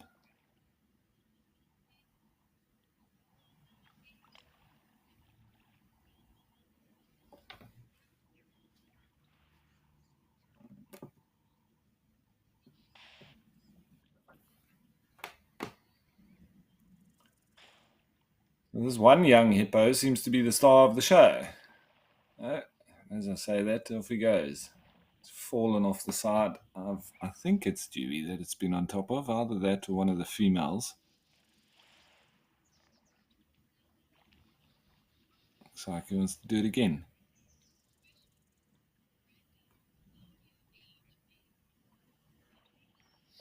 Brandy, interesting question. Yeah, it's not very easy, just generally by their size and the size of their heads.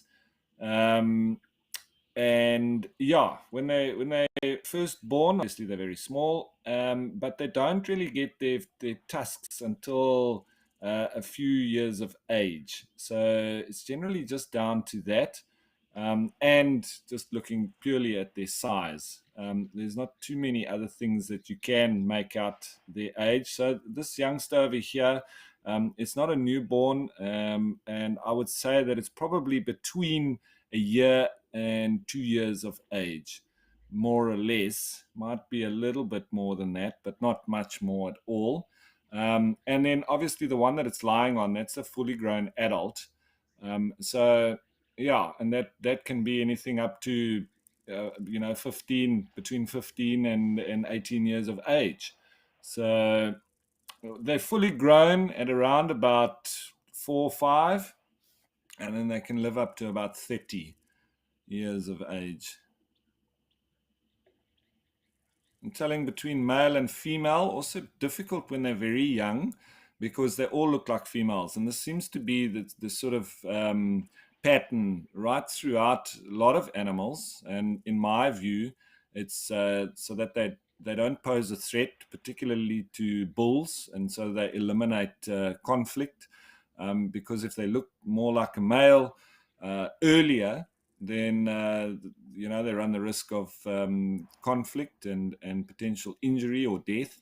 So they all look like females until they become sexually mature and they start getting nice big tusks and their head falls out with the bulls. And then, so the females, they stay very pink around the eyes, right through, from baby until later, as that one's porpoising there. But then the bulls get more black around the eye as they mature.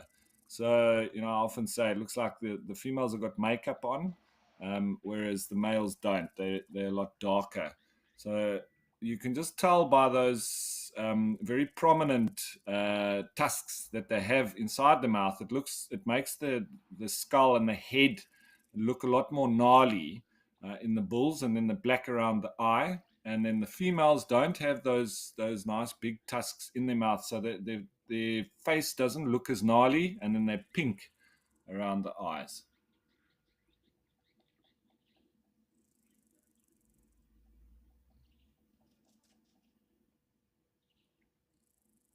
Are they chasing each other underwater? Wouldn't be able to tell.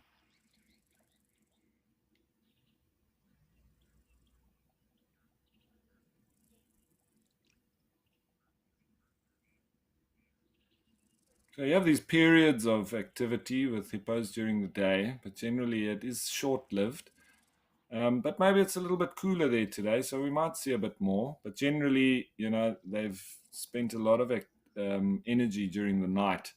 So they conserve it a bit during the day because they need to keep that energy for their wanderings that they go on towards sunset and later, and they can walk massive distances. There on Amakhala, we used to, because those hippos actually moved from down in the basin up and next to Hlosi Lodge, where there's now permanent water. And so when the water dried up down in the basin, they then moved up to that pan next to the Hlosi Lodge.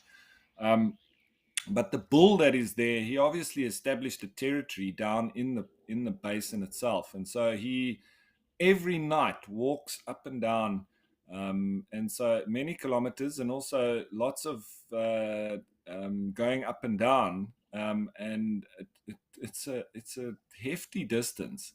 So they can really shift of place during the night, and I would say they can even walk up to about 50 kilometers.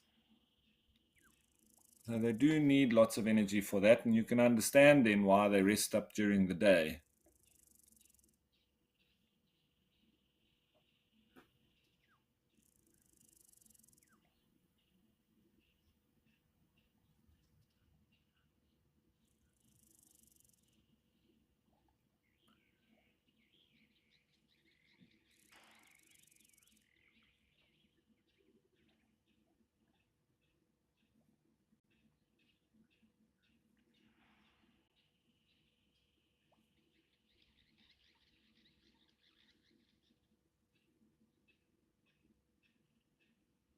Just trying to also see if I can actually see some of these catfish, or barbel as we call them.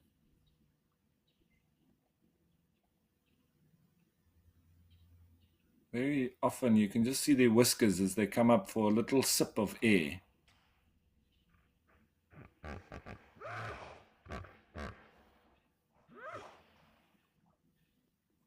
A nice call. One of those iconic African sounds.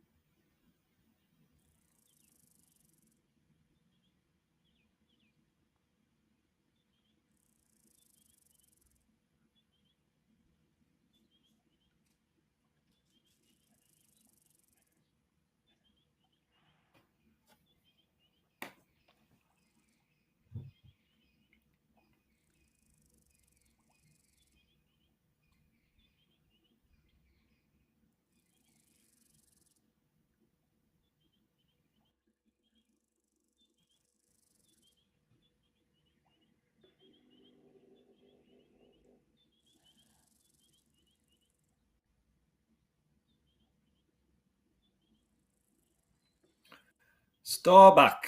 Yeah, it depends on how much air they suck in, and then that will obviously make them more buoyant. So it's the same as you jump in a swimming pool, and if you take a gulp of air or suck in a lot of oxygen before you go down, you're quite buoyant. And if you want to sink, you just blow out air, and then you can become less buoyant. So the hippos can do the same, but they generally keep their nostrils closed. And so I think that does aid in keeping them more buoyant. But yes, they would be able to control their buoyancy through that. And remember that they don't really swim, they actually run on the bottom. So they say that they're excellent swimmers, but it's difficult to work out the term of actually swimming, actively swimming, where they do move through the water very adeptly, but they actually run along the bottom. And like you saw there, they do porpoise as well. So I've been chased by many hippos coming up behind us in the boat, and normally by territorial bulls. And they do that porpoising, and they come up out of the water, and show themselves very proudly. But then and they go through this porpoise motion as they chase you. So yeah, they've got a couple of different ways of swimming in inverted commas, but regardless, they know how to shift through the water. Got a couple of hardy-daws just coming in there to probe around the banks, maybe also have a bit of a drink.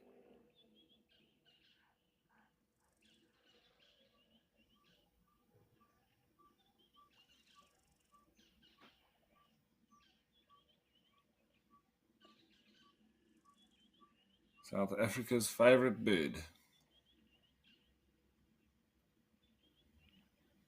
I do feel we need to change the national bird from the blue crane to the hardy-daw, much like Namibia did from the crimson-breasted shrike to the ostrich. I just think it's more relevant. Although the blue cranes are beautiful birds, we just have so many hardy-daws that I think it wouldn't be out of place if we made that our national bird. But I think there would be an outcry.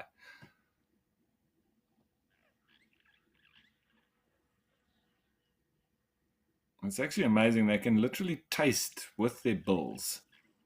So lots of sensitivity in that bill as they probe.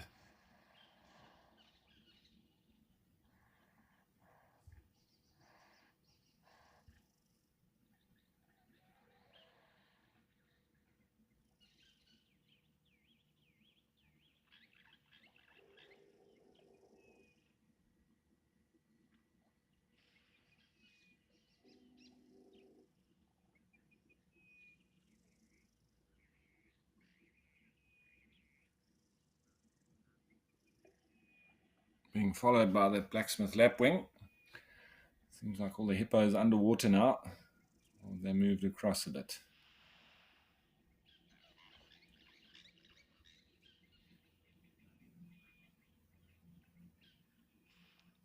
Wondering if the game is on or if the game is up. Looks like it might still be on.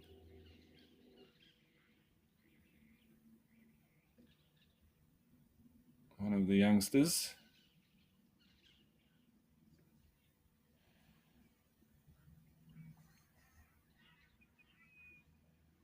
Two youngsters. Looks like they're wrestling.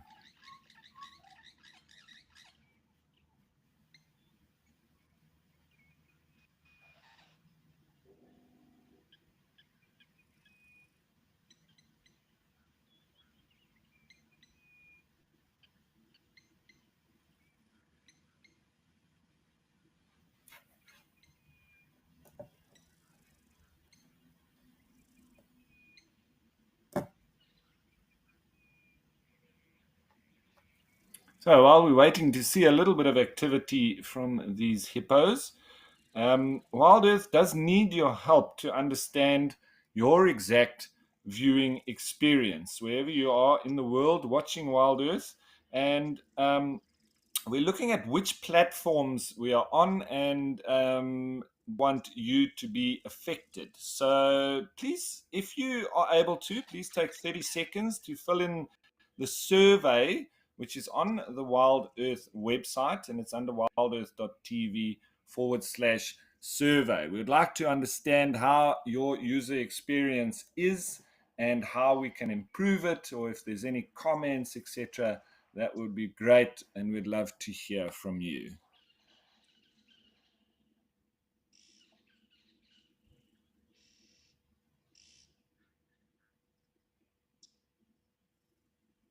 And that goes right across the different shows, from Escape to Nature, as well as the sunset and the sunrise safaris.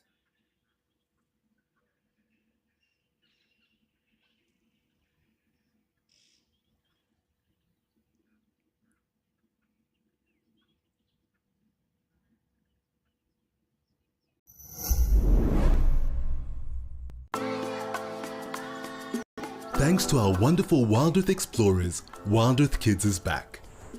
Your monthly subscriptions have allowed us to relaunch Wild Earth Schools on a weekly basis, every Wednesday for the first hour of the Sunset Safari. You guys bring a smile to my face every single day. Sign your class up for a special virtual field trip to Africa, because touching the lives of the future protectors of our Earth truly matters.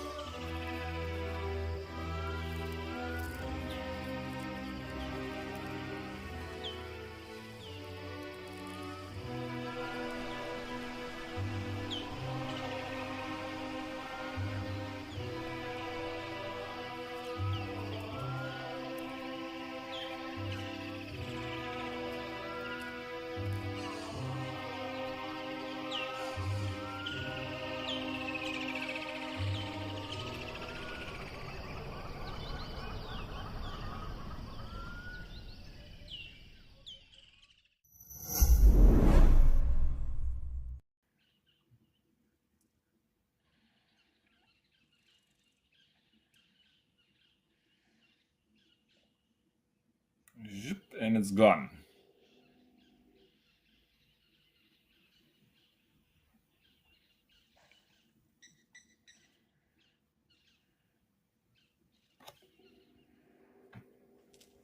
I think there was a blacksmith lapwing that flew in front of the camera.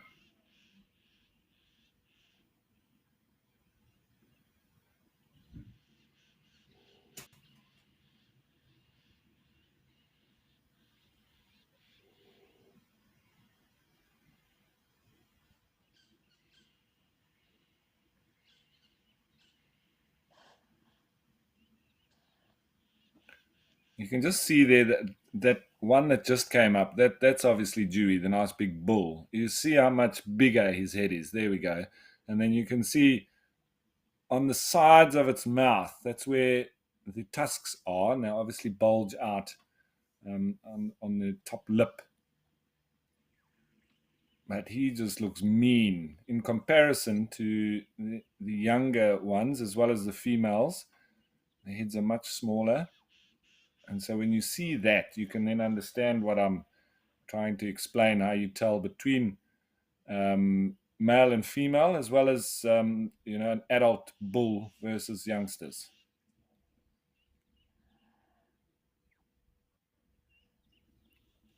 Right, so lovely activity here with the hippos. It's been nice to watch them. I'm going to carry on watching them as I'm not going anywhere. But Lauren, who's still out and about, I wonder what's happening in Madikwe.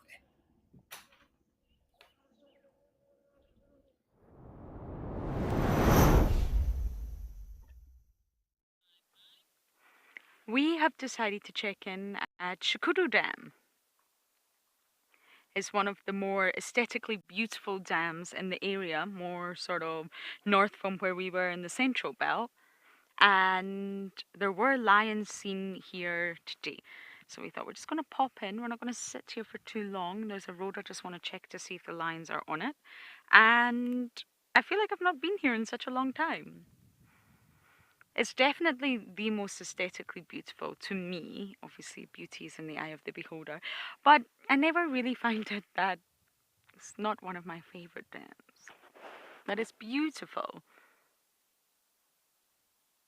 And I can already see the water lineage receding. Can already see the changes. It's nice to see changes over time. Change is always happening. But if it's not visible, then we don't really notice it or pay much attention to it. When it is visible, we can notice it, and of course we can pay attention to it. This dam won't lose its water in winter, but of course the water levels will drop naturally.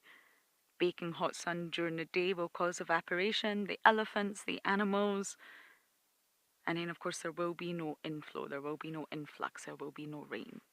And there shouldn't be any more rain.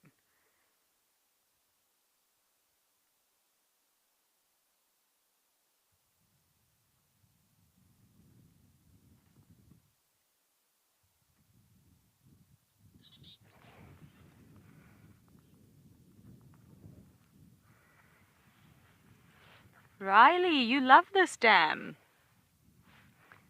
And I'm sure Rian can maybe give you. Are you able to give a view of the dam from this spot, Rian? We are positioned in such a way to get shade, so sometimes it makes it a little bit tricky. But there you go. All those iconic dead leadwoods give it such a beautiful appearance. But you are welcome, Riley. Just feel like I haven't been here. We're moving around lodges. We're currently in the bush camp, a very wild camp right next to Ambush Alley where the brown hyena den is. And it's just totally wild. So experience like no other. So we're obviously maximizing the opportunity that we have to be in a different part of the reserve. It's not possible to travel everywhere in Madikwe in one day. We don't even have enough fuel for that. So it's nice to touch base again at Shukuru.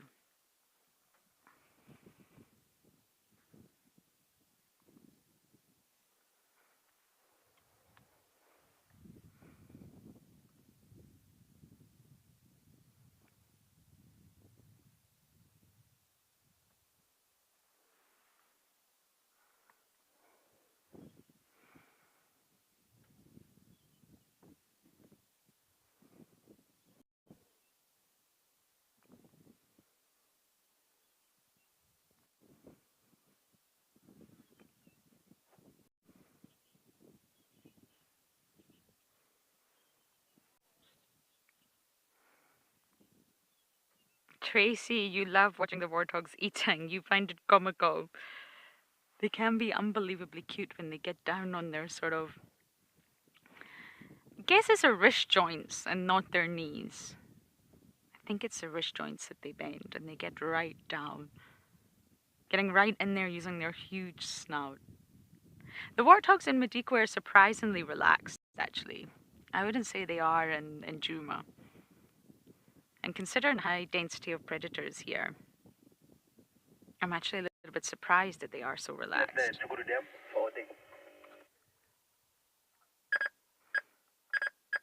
Sorry, everyone.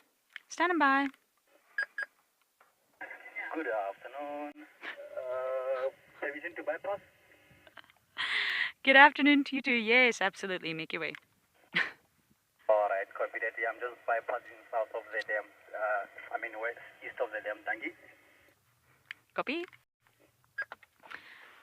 Apologies about that. I can't remember what I was saying. Yes, warthogs. They're very relaxed deer. It's lovely to actually spend time with them, especially when they had their little piglets. The piglets are naturally getting older now. They're not so small and cute as they used to be.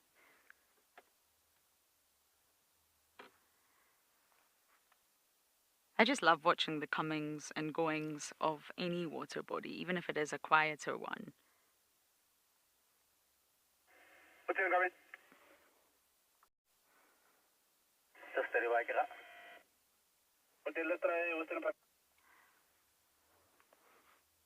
And there isn't a fresh pump in this dam, and I think this is why the elephants don't love it so much.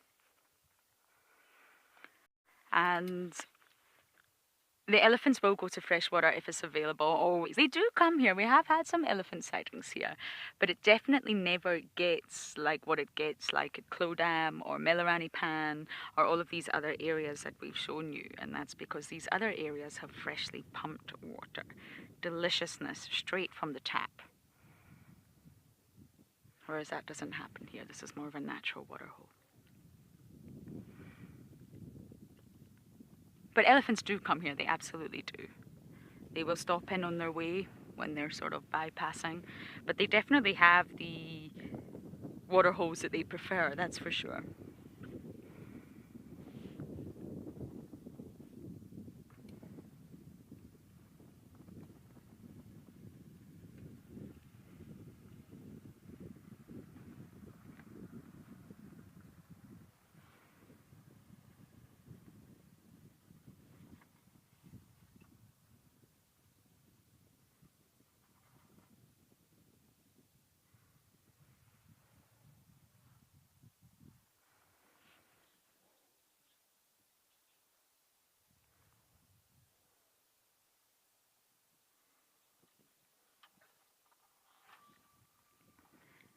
It's quite a windy day, so you will be able to hear the wind. Oh, and Rian coughing. But otherwise, are you okay there, Rian? Otherwise, let's just take this moment to just sit here. There are not too many birds around. We can just sit and appreciate the sounds around this dam.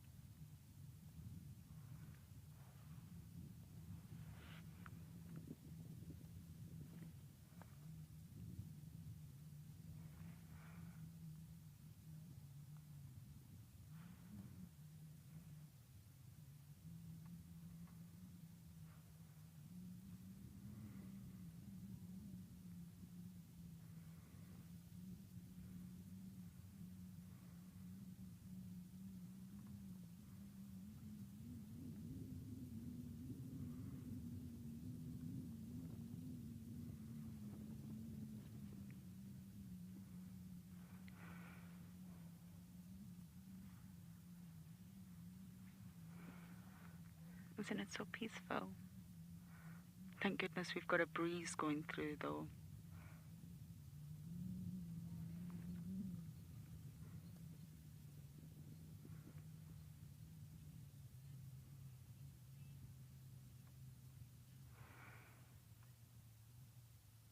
It always surprises me how quiet it is here compared to other dams. Never entirely sure why.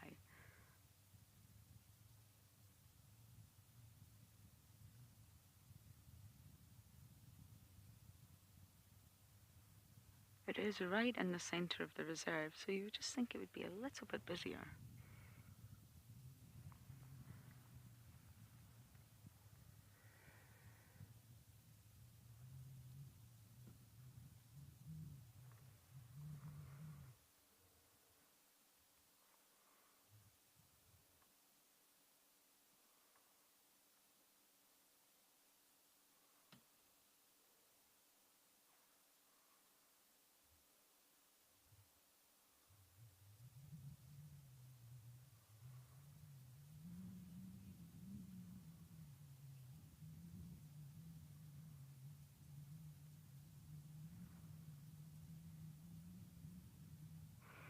And everyone, just a reminder, this is completely live and interactive.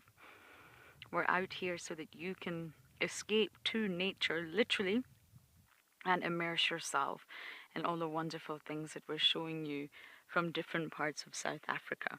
But please do talk to us. All you need to do is register. Once you've registered, you can send in your questions and comments or anything that you want to chat about. I personally love discussions.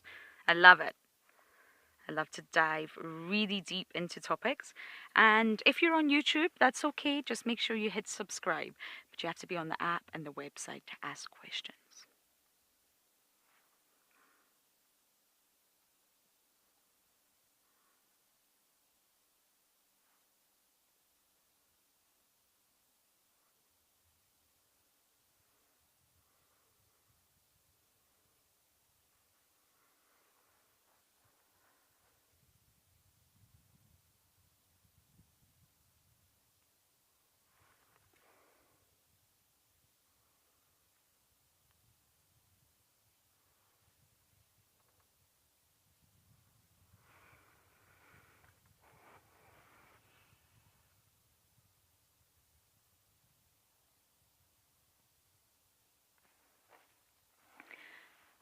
I wonder whether we should just do a quick loop and look for that lion. We're very late and it's now very hot.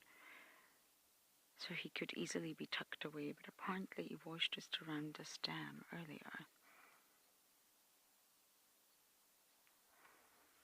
Ah, look what's coming, Rian. Look to the right. Thank goodness. They're here. Let's see how long they hang around this dam for.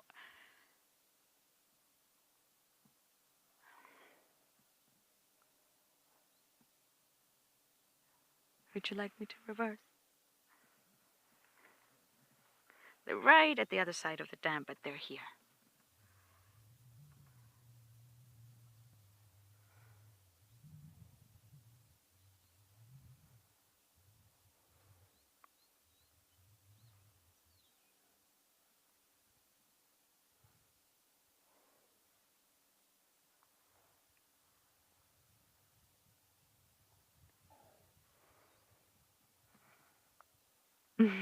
Get that water walk. Pure excitement, pure happiness.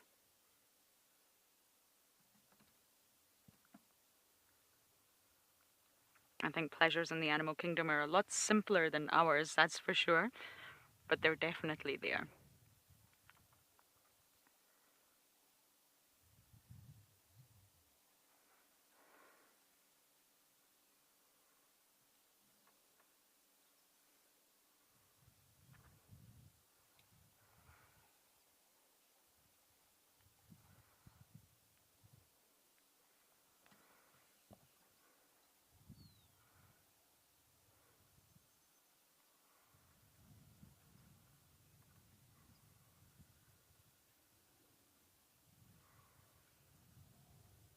Lizzie, me too. I was hoping that something would arrive.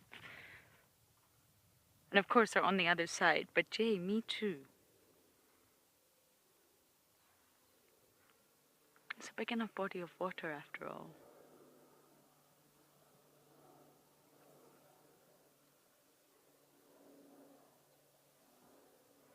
You can often tell where the elephants have been spending their time. especially when they all meet around a waterhole, because they all have different color of sort of sediment and soil stuck to their skin. They'll be a lot more red if they've been spending time in the northeast, be a lot whiter and greyish if they've been spending time in the northwest. You can always tell.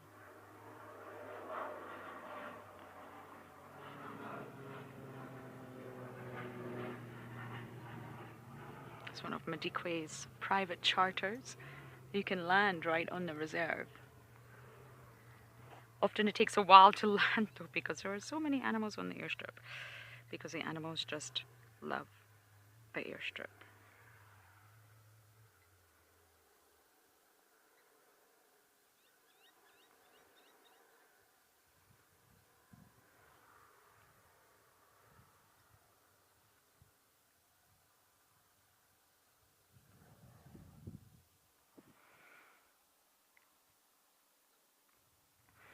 Okay, I'm so glad our elephants arrived at Shukuru Dam, but I believe there's an even cuter scene over in Djuma.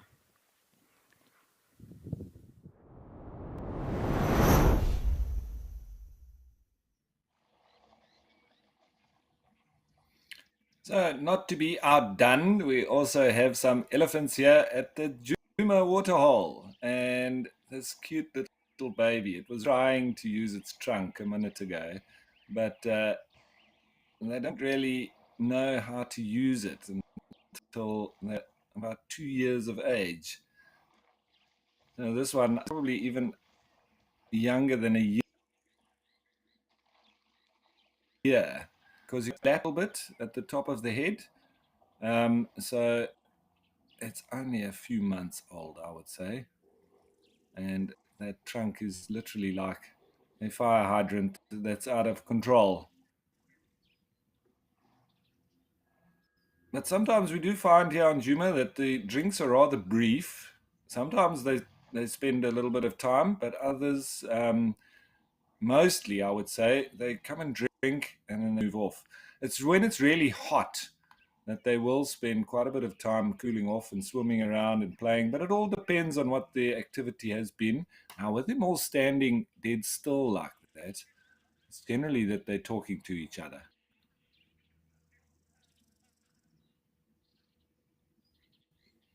There's a real conversation going on.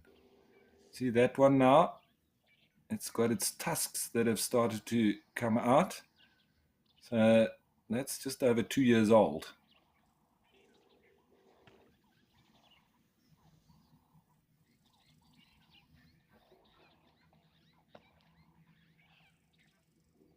Nice little group of elephants that had come down to drink. The other day I did see Director Fang. She's got that one tusk that sort of grows almost straight down. But I don't see her in this group. I don't think it's the same herd.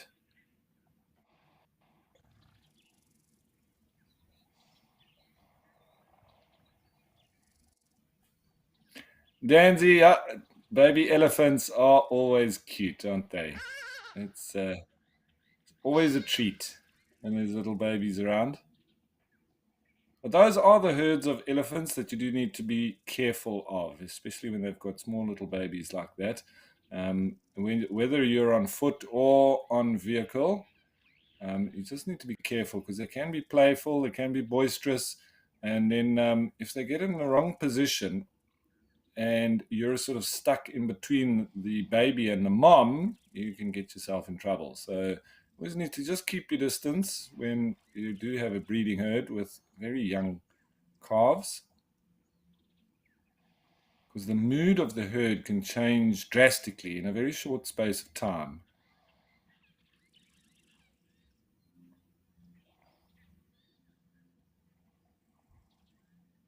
And when there are little babies like this as well, the tolerance from the females towards boisterous males is also much less. So that's when they generally are pushed out, when they're being boisterous and there's young calves, then the females sort of really are aggressive towards them and push them out of the herd. And then they start forming their own little bachelor groups. And that's when they start going off on their own.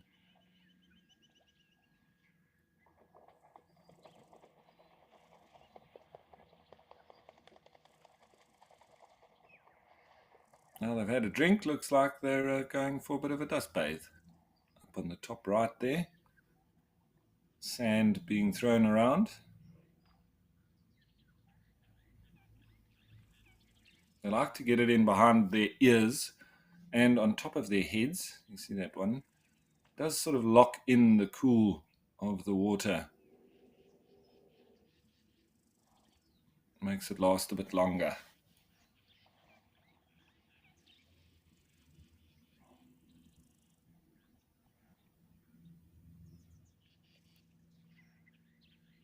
But very clear there. If their ears weren't moving, they're almost invisible in the bush.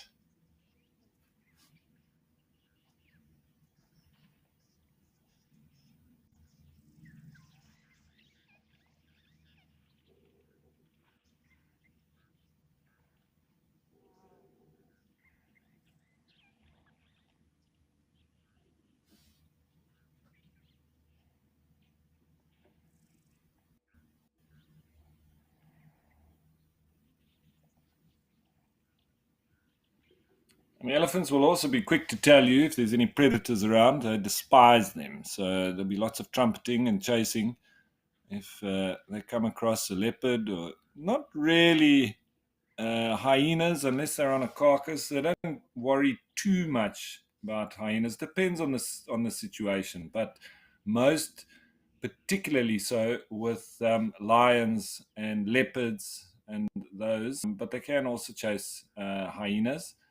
But yeah, they're definitely a good indicator if there are predators around as well. Very, very good sense of smell. And so they pick them up very quickly. And with little calves like this around, they won't tolerate them in any way whatsoever. But this herd is rather relaxed, so I don't think there's any predators in the immediate surroundings.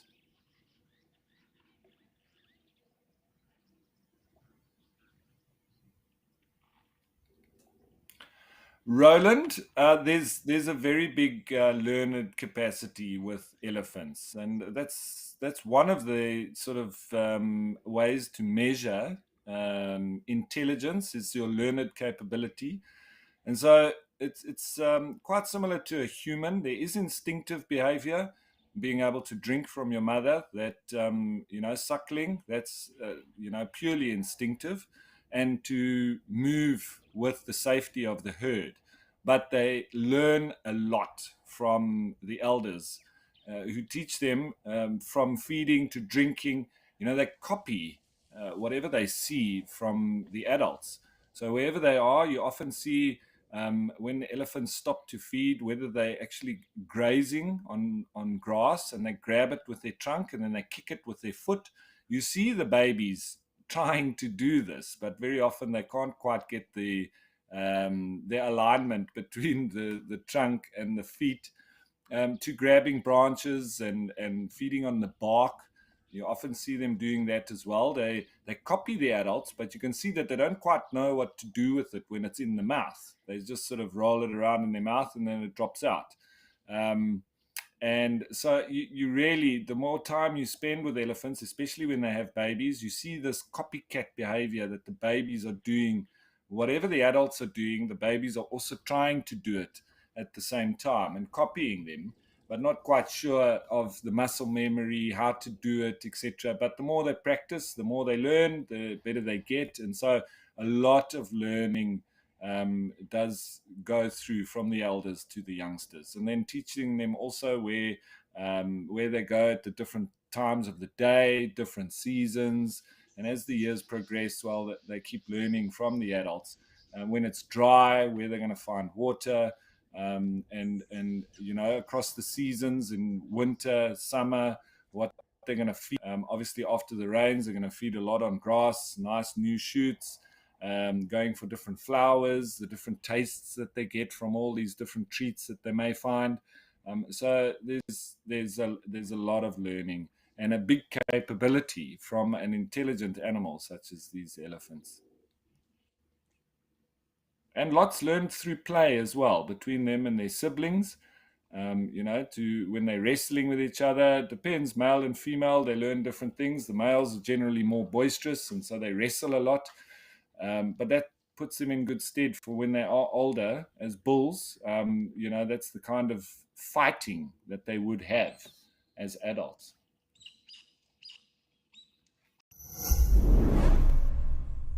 It's our birthday. Join us in celebrating our sweet 16th on the 27th of April. We will be playing our top 16 moments that we've shared together on Wild Earth, as well as all of your birthday messages on channel for the big day. And a big thank you. Thank you very much. Thank you. Thank you. Thank you, Wild Earth. Thank you.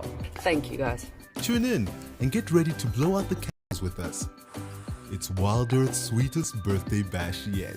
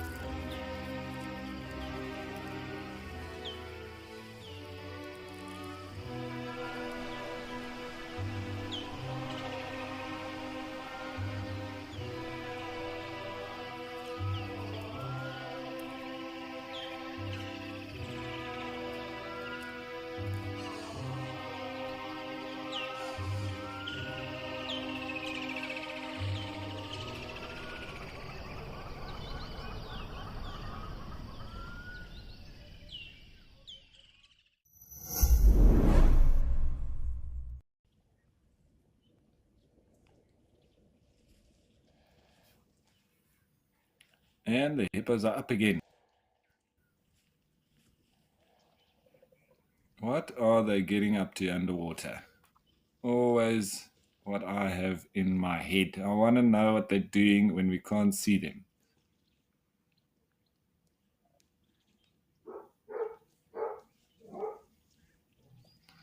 Right, now that our elephants have disappeared, and although we had a lovely sighting there with our hippos and the baby copying the adults with that nice big yawn, I think let's yawn you on over to Lauren, who's still got her elephants.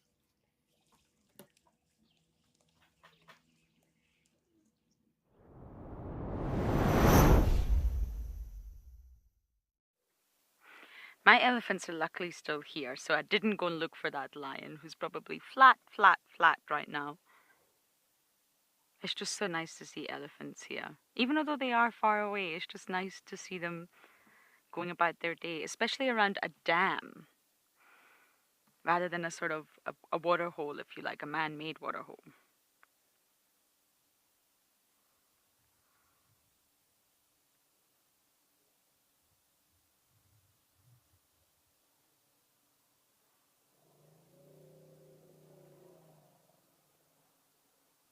Wow, that sound really traveled. Did you hear that? You can see how far away they are.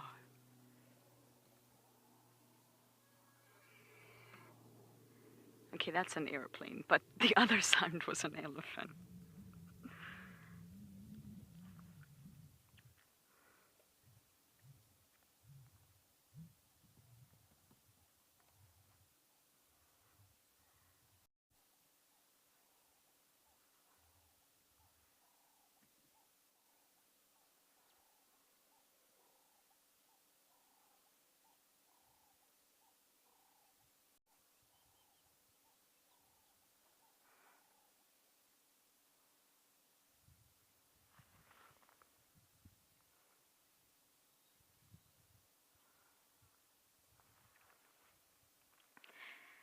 Tilly, I love your question, but I don't think we would ever be able to answer that. We would never know the thirst of the matriarch. But what we do know is that the matriarch is always thinking of the herd. She really is the one that is responsible for the reproductive success of the herd. She is responsible for everything. And her role is so utterly sort of fascinating that she's been studied so extensively, more so than the roles of the older bulls. And the death of a matriarch can lead to so many awful things, and that's just how integral she is. When you watch and you know who the matriarch is, don't always assume it's the biggest. That's silly to do so. You will see all the elephants always gravitating around her, but we'll never know how thirsty she is. So I don't think I can answer that question, Tilly, but she will be the one that brings everyone to the water hole. And to be honest, elephants need to drink a vast amount of water per day. They've got quite inefficient digestive systems, really. You just need to look at their dung to know that. Also when it's very hot, also when there are lactating mothers, also when there are calves. Basically, an elephant's route will always include stopping in at water holes. Not just once a day, many, many times a day. And I think they will stay as long as they need to. They're constantly communicating. So very often you'll see a herd like what you have seen now, and some of them will wander off first. Maybe they've finished drinking, they're hydrated. Others will stay. Some will have a splish splash. Some won't. They really do as they please. Remember, even although this herd looks like it's slightly split up now, it won't be. Maybe some have wandered off into the thicket because they want to keep feeding. But they'll still be communicating with one another. I think every elephant will stay at the waterhole as long as it needs to. They'll make sure all the calves drink. All the mothers will take on that role to make sure that the calves are hydrated and they're cooled down. It's very hot out here. So I want to say that no, it has nothing to do with the matriarch's thirst, because she's thinking on a much bigger level than that. She's thinking about the herd. And it really benefits the herd to follow the matriarch. That's why they do it, because essentially she's creating a level of control. Imagine there was no control in elephant societies. These big, huge animals just did what they want, when they want. Whew, be chaos. But she also shapes their lives. And by shaping their lives in a positive way, she's affecting their general health, their body condition. And that influences their survival and their reproductive success. So you have a good matriarch, your herd is going to thrive. The reproductive success will be really high. If you do have a poor matriarch, which absolutely can happen and has happened, it's been recorded, not all females are supposed to be a matriarch, then your herd will not thrive. The reproductive success will drop. There will be problems. Not every female blossoms into the most wonderful matriarch. Sometimes matriarchs fail. Sometimes they step down. It's all been recorded by Joyce Poole and all her work in Amboseli National Park in Kenya. She's been studying elephants for decades. She documents that. She goes quite a lot into the role of the matriarch. So I went quite deep with that question, but I'll never know how thirsty a matriarch is, I'm afraid, and I do not think that will be the reason that she stays around the waterhole, because her role is so fundamental and integral to the herd. She's not just thinking of herself. Never.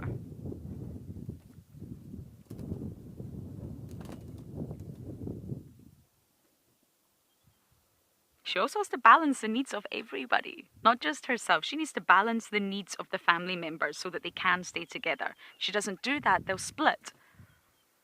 And the amount of time that a family actually spends together is really directly related to the degree of conflict and individual needs. You may get some females that don't get along and disagree. You may get some teenagers, I want this, I want that. Not too unlike humans.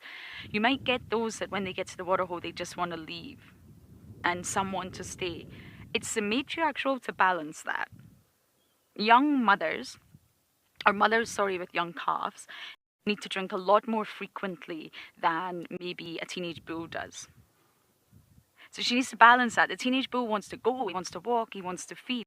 But then there's mothers with young calves, and they need to drink, and they need to cool down, and they need to, make sure that little calf is completely hydrated, and the mother, because she's lactating. So it really is the matriarch's role. A good matriarch will be able to balance the needs of everyone to avoid conflict. And that's the cost and benefit of being in that family society, because the cost of the herd life, I guess, is having to put up with everyone else's needs. That might conflict with your own. You want to go to the water hole, you are thirsty, and you want to go for a swim, but no one else does. It's conflict. So you have to put up with that, and that's one of the costs of living that herd life. But of course, there are so many benefits, probably way more benefits than there are costs.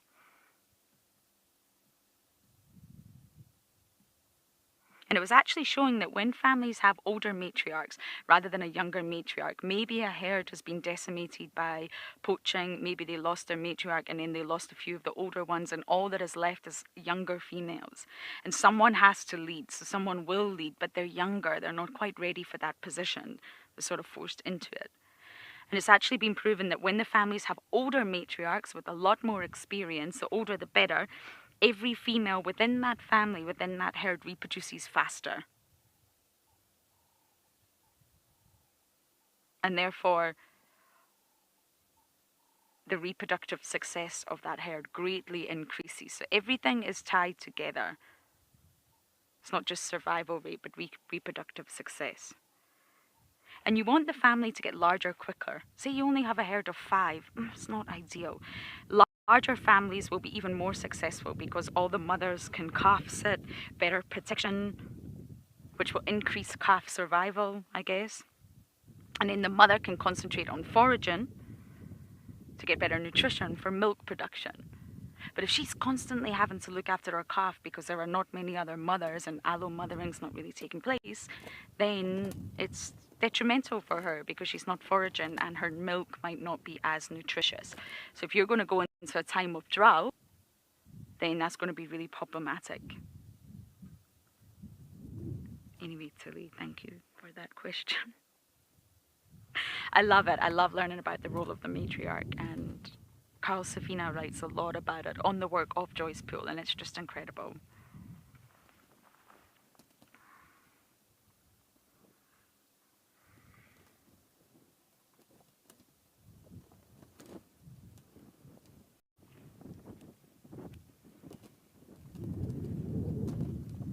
I'm happy some have stayed around, just talking of the herd splitting up. Naturally, some of them have left. They don't want to hang around anymore. Balance is key. But elephants can communicate over vast distances, so they're never going to be separated for long periods of time. Just because you stay around a waterhole a little bit longer doesn't mean that you're left behind. You'll catch up, they'll wait for you, you'll know where they are, you'll know where they're going next. Everybody's headed in the same direction.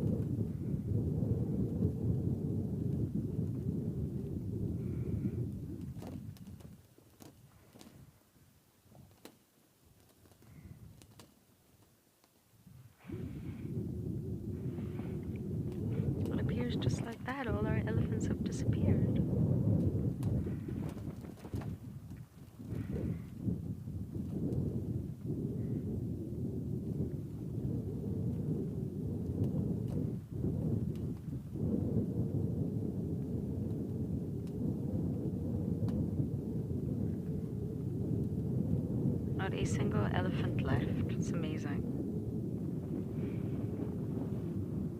Some left early, some left late, but they're following the same path.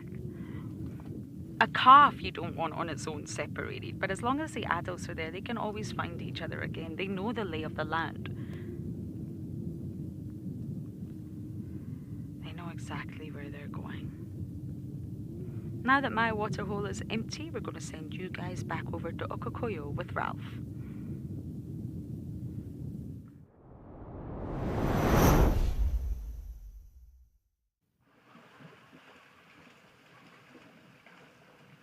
Well, there's lots happening here, as per usual, in Okokoyo, in the Etosha National Park of Namibia, which is still well within the desert. And while the animals here coming in to get their daily ration of water. And generally around the middle of the day, we have more activity here as the temperature rises. And well, being out in the desert, you've obviously got a lot of battling with extreme temperatures. Very cold at night, very hot during the day. And so there's a lot of adaptations that the animals do need to have, enabling them to survive at optimum, So, and one of the things that really helps them to survive is the cooling power of evaporation. Plants, birds, and mammals in particular can only survive in the deserts because of the exceptional cooling effect of water evaporation from any moist surface. Ironically, the amount of cooling that occurs is related to the amount of heat energy needed to break the hydrogen bonds between water molecules. No fewer than 584 calories, or in other words,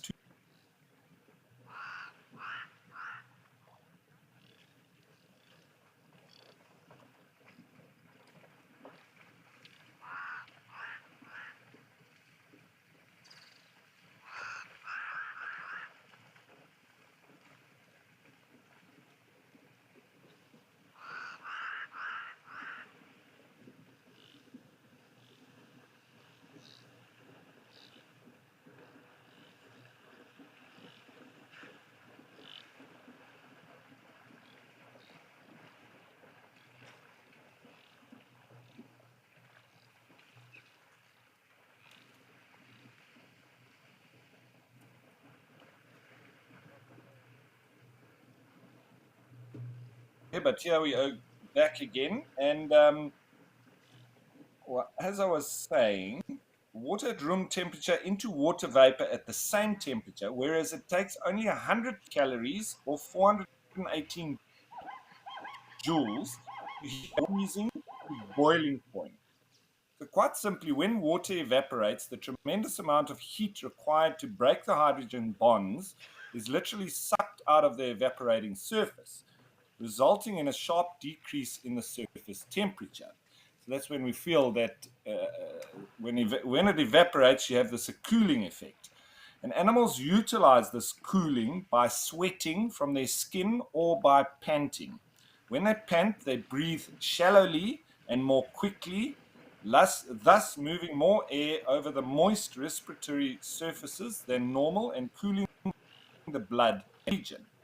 In birds, this is known as gular fluttering, when they move around their gular flap, which involves a rapid oscillation of the floor of the mouth. In plants, cooling occurs in the course of transpiration when gas is exchanged through the stomata. Gas exchange occurs when the relative humidity of the air is low. Then water evaporates from the moist interior surfaces of the leaf or stem and cooling results. Small leaves borne by most desert plants with a large serve an important role in maximizing evaporative cooling. And so that's also one of the reasons why you find in general in the desert, you have a lot of plants, but with tiny little leaflets. But they've got lots and lots of those tiny little leaflets, and in so doing, it assists with this evaporative cooling process. Now, this is something that the animals out here need to deal with all the time. Very hot during the day, but also very cold at night. So they've really got to deal with these extremes in temperatures, and particularly so the heat during the day.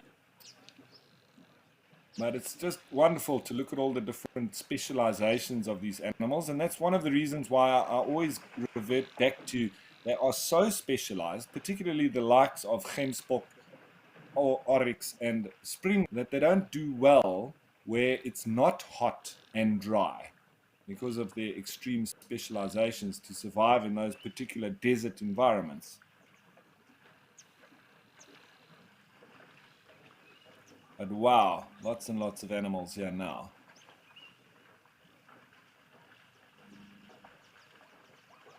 Everybody heading into the middle, trying to get some of that nice fresh water where it's not muddied on the sides.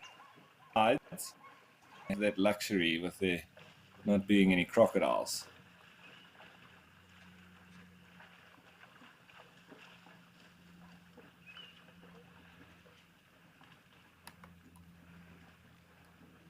And there are lots of wildebeest that moved through earlier as well. But it's seemingly the biggest numbers, I think, are probably from the zebra.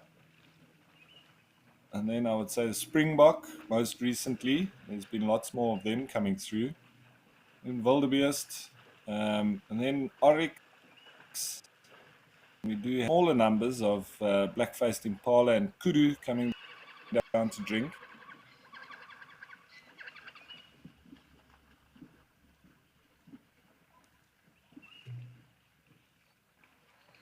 Still no sign of those lions, so I don't think we're going to see them today.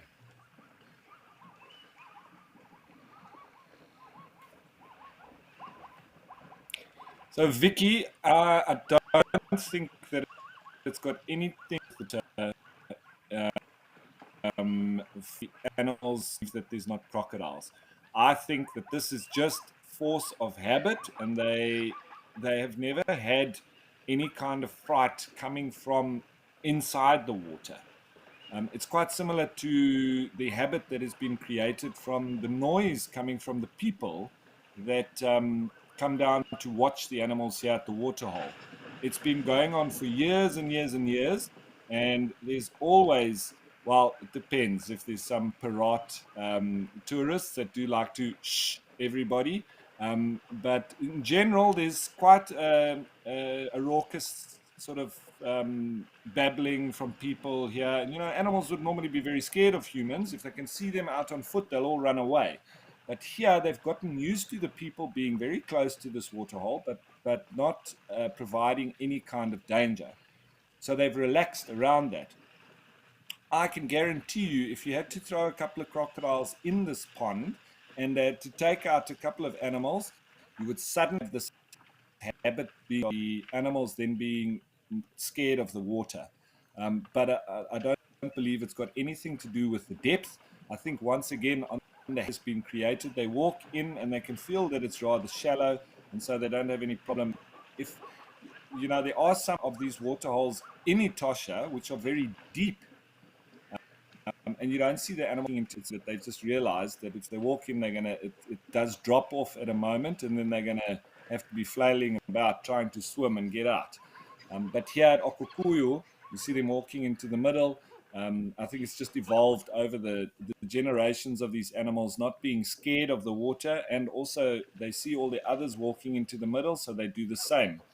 So I think it's I don't think it's a conscious thought that they think because it's shallow there's no crocodiles. I think it's just because of the other animals doing it, and they've done it since they were born, and there's never ever been any kind of risk or any kind of fright. But what you do see them getting a fright of is each other, and obviously if there's any smell of any predators, etc., coming into the area, then they all shift very quickly. So that's sort of the evolution of their behavior in and around this Okukuyu waterhole.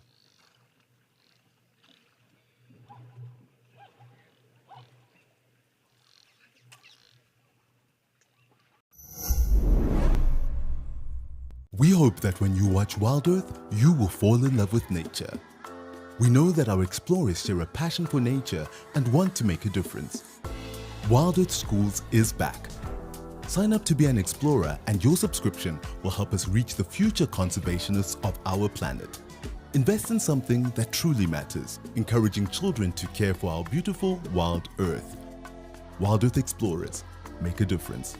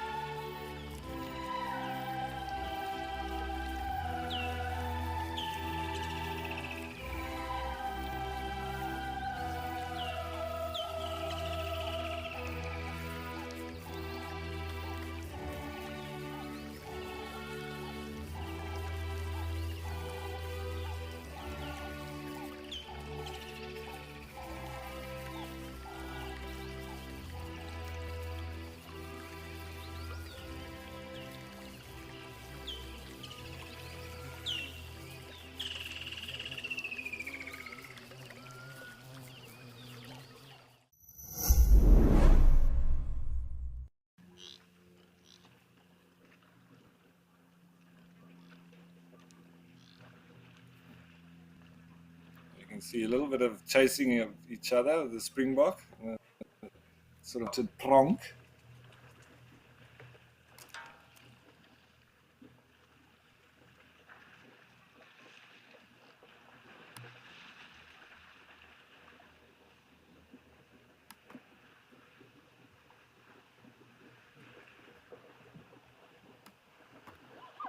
Let's take us in a little bit closer.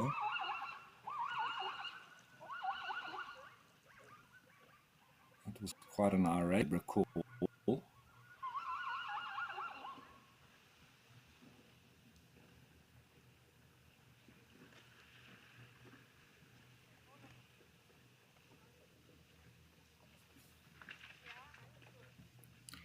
Grimbo, so your highlight was the little hippos. And that's nice to hear. I think also the baby elephants. That's always a highlight for me. And then just the sheer number of game here at the Okukuyo Waterhole. Yeah, it's not going to be too long, and we should start to see the return of the elephants in their numbers. So that's going to be nice to look forward to. And we'll see it start coming through. Then you'll see them at the waterhole in the middle of the day like this as well.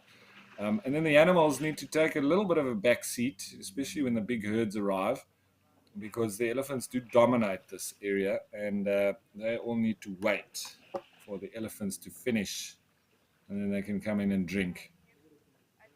And as it does get drier too, we'll have more and more animals here, and then you're more predators here as well. Spotted hyenas, lions, lots of jackals. So it's heading into the more busier time of the year here at Okukuyo, and you wouldn't think that it could get any busier than it is now, but it does. It gets jam-packed. And then you have a little bit of time sharing where certain animals need to take a back seat. The springbok obviously being the smallest, they generally get the last part of the drinkable times. the elephants, they dominate in terms of the antelope. When you can have this whole pond also filled up with oryx, and they dominate in terms of the antelope.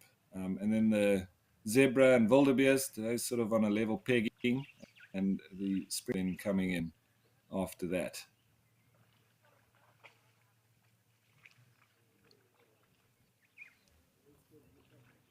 Yeah, they are indeed, aren't they, Veronica? They are the largest elephants in the world. This is a known fact. So they're the tallest, and I think some of the biggest heads that you'll ever see on a bull elephant. So if you really want to see big, proud elephants, Etosha is the place to go. And then they call them the sort of ghosts of the desert, or, of Etosha, with the way that they really get that white color from the soil that they use to dust bathe from the calcrete rocks. So lots to look forward to here. And if you haven't been, I suggest you go. It's one of those bucket list places.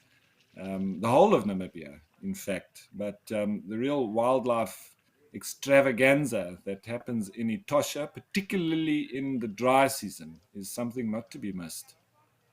And the landscape that you see these animals in as well, when you see a lion walking across the pan, it's just, the photography is out of this world. The contrasts of colors is just incredible. And these real desert adapted species, special birds that you get nowhere else. And it just makes for a wonderful scene. Very high population of cheetah as well. And lots of browns too. So lots to go and photograph in the Etosha National Park. And very good network of roads for self-driving. So yeah, I suggest you put that on your next travel agenda. But folks, we are heading towards the end of the show. So as always, thanks to the wildlife for being the stars, and thanks to the whole Wild Earth team, and especially the guys behind the scenes, but also the naturalists and Andrew, as well as the camera operators. It's a wonderful team effort. But what could we do without the wildlife in these wonderful locations? So I think that's where the best or biggest thanks needs to be reserved. But don't forget, there's the sunset safari later on, as well as the sunrise safari tomorrow. And as always, we get to do it all again. So that's it from me for now, folks. Ciao for now.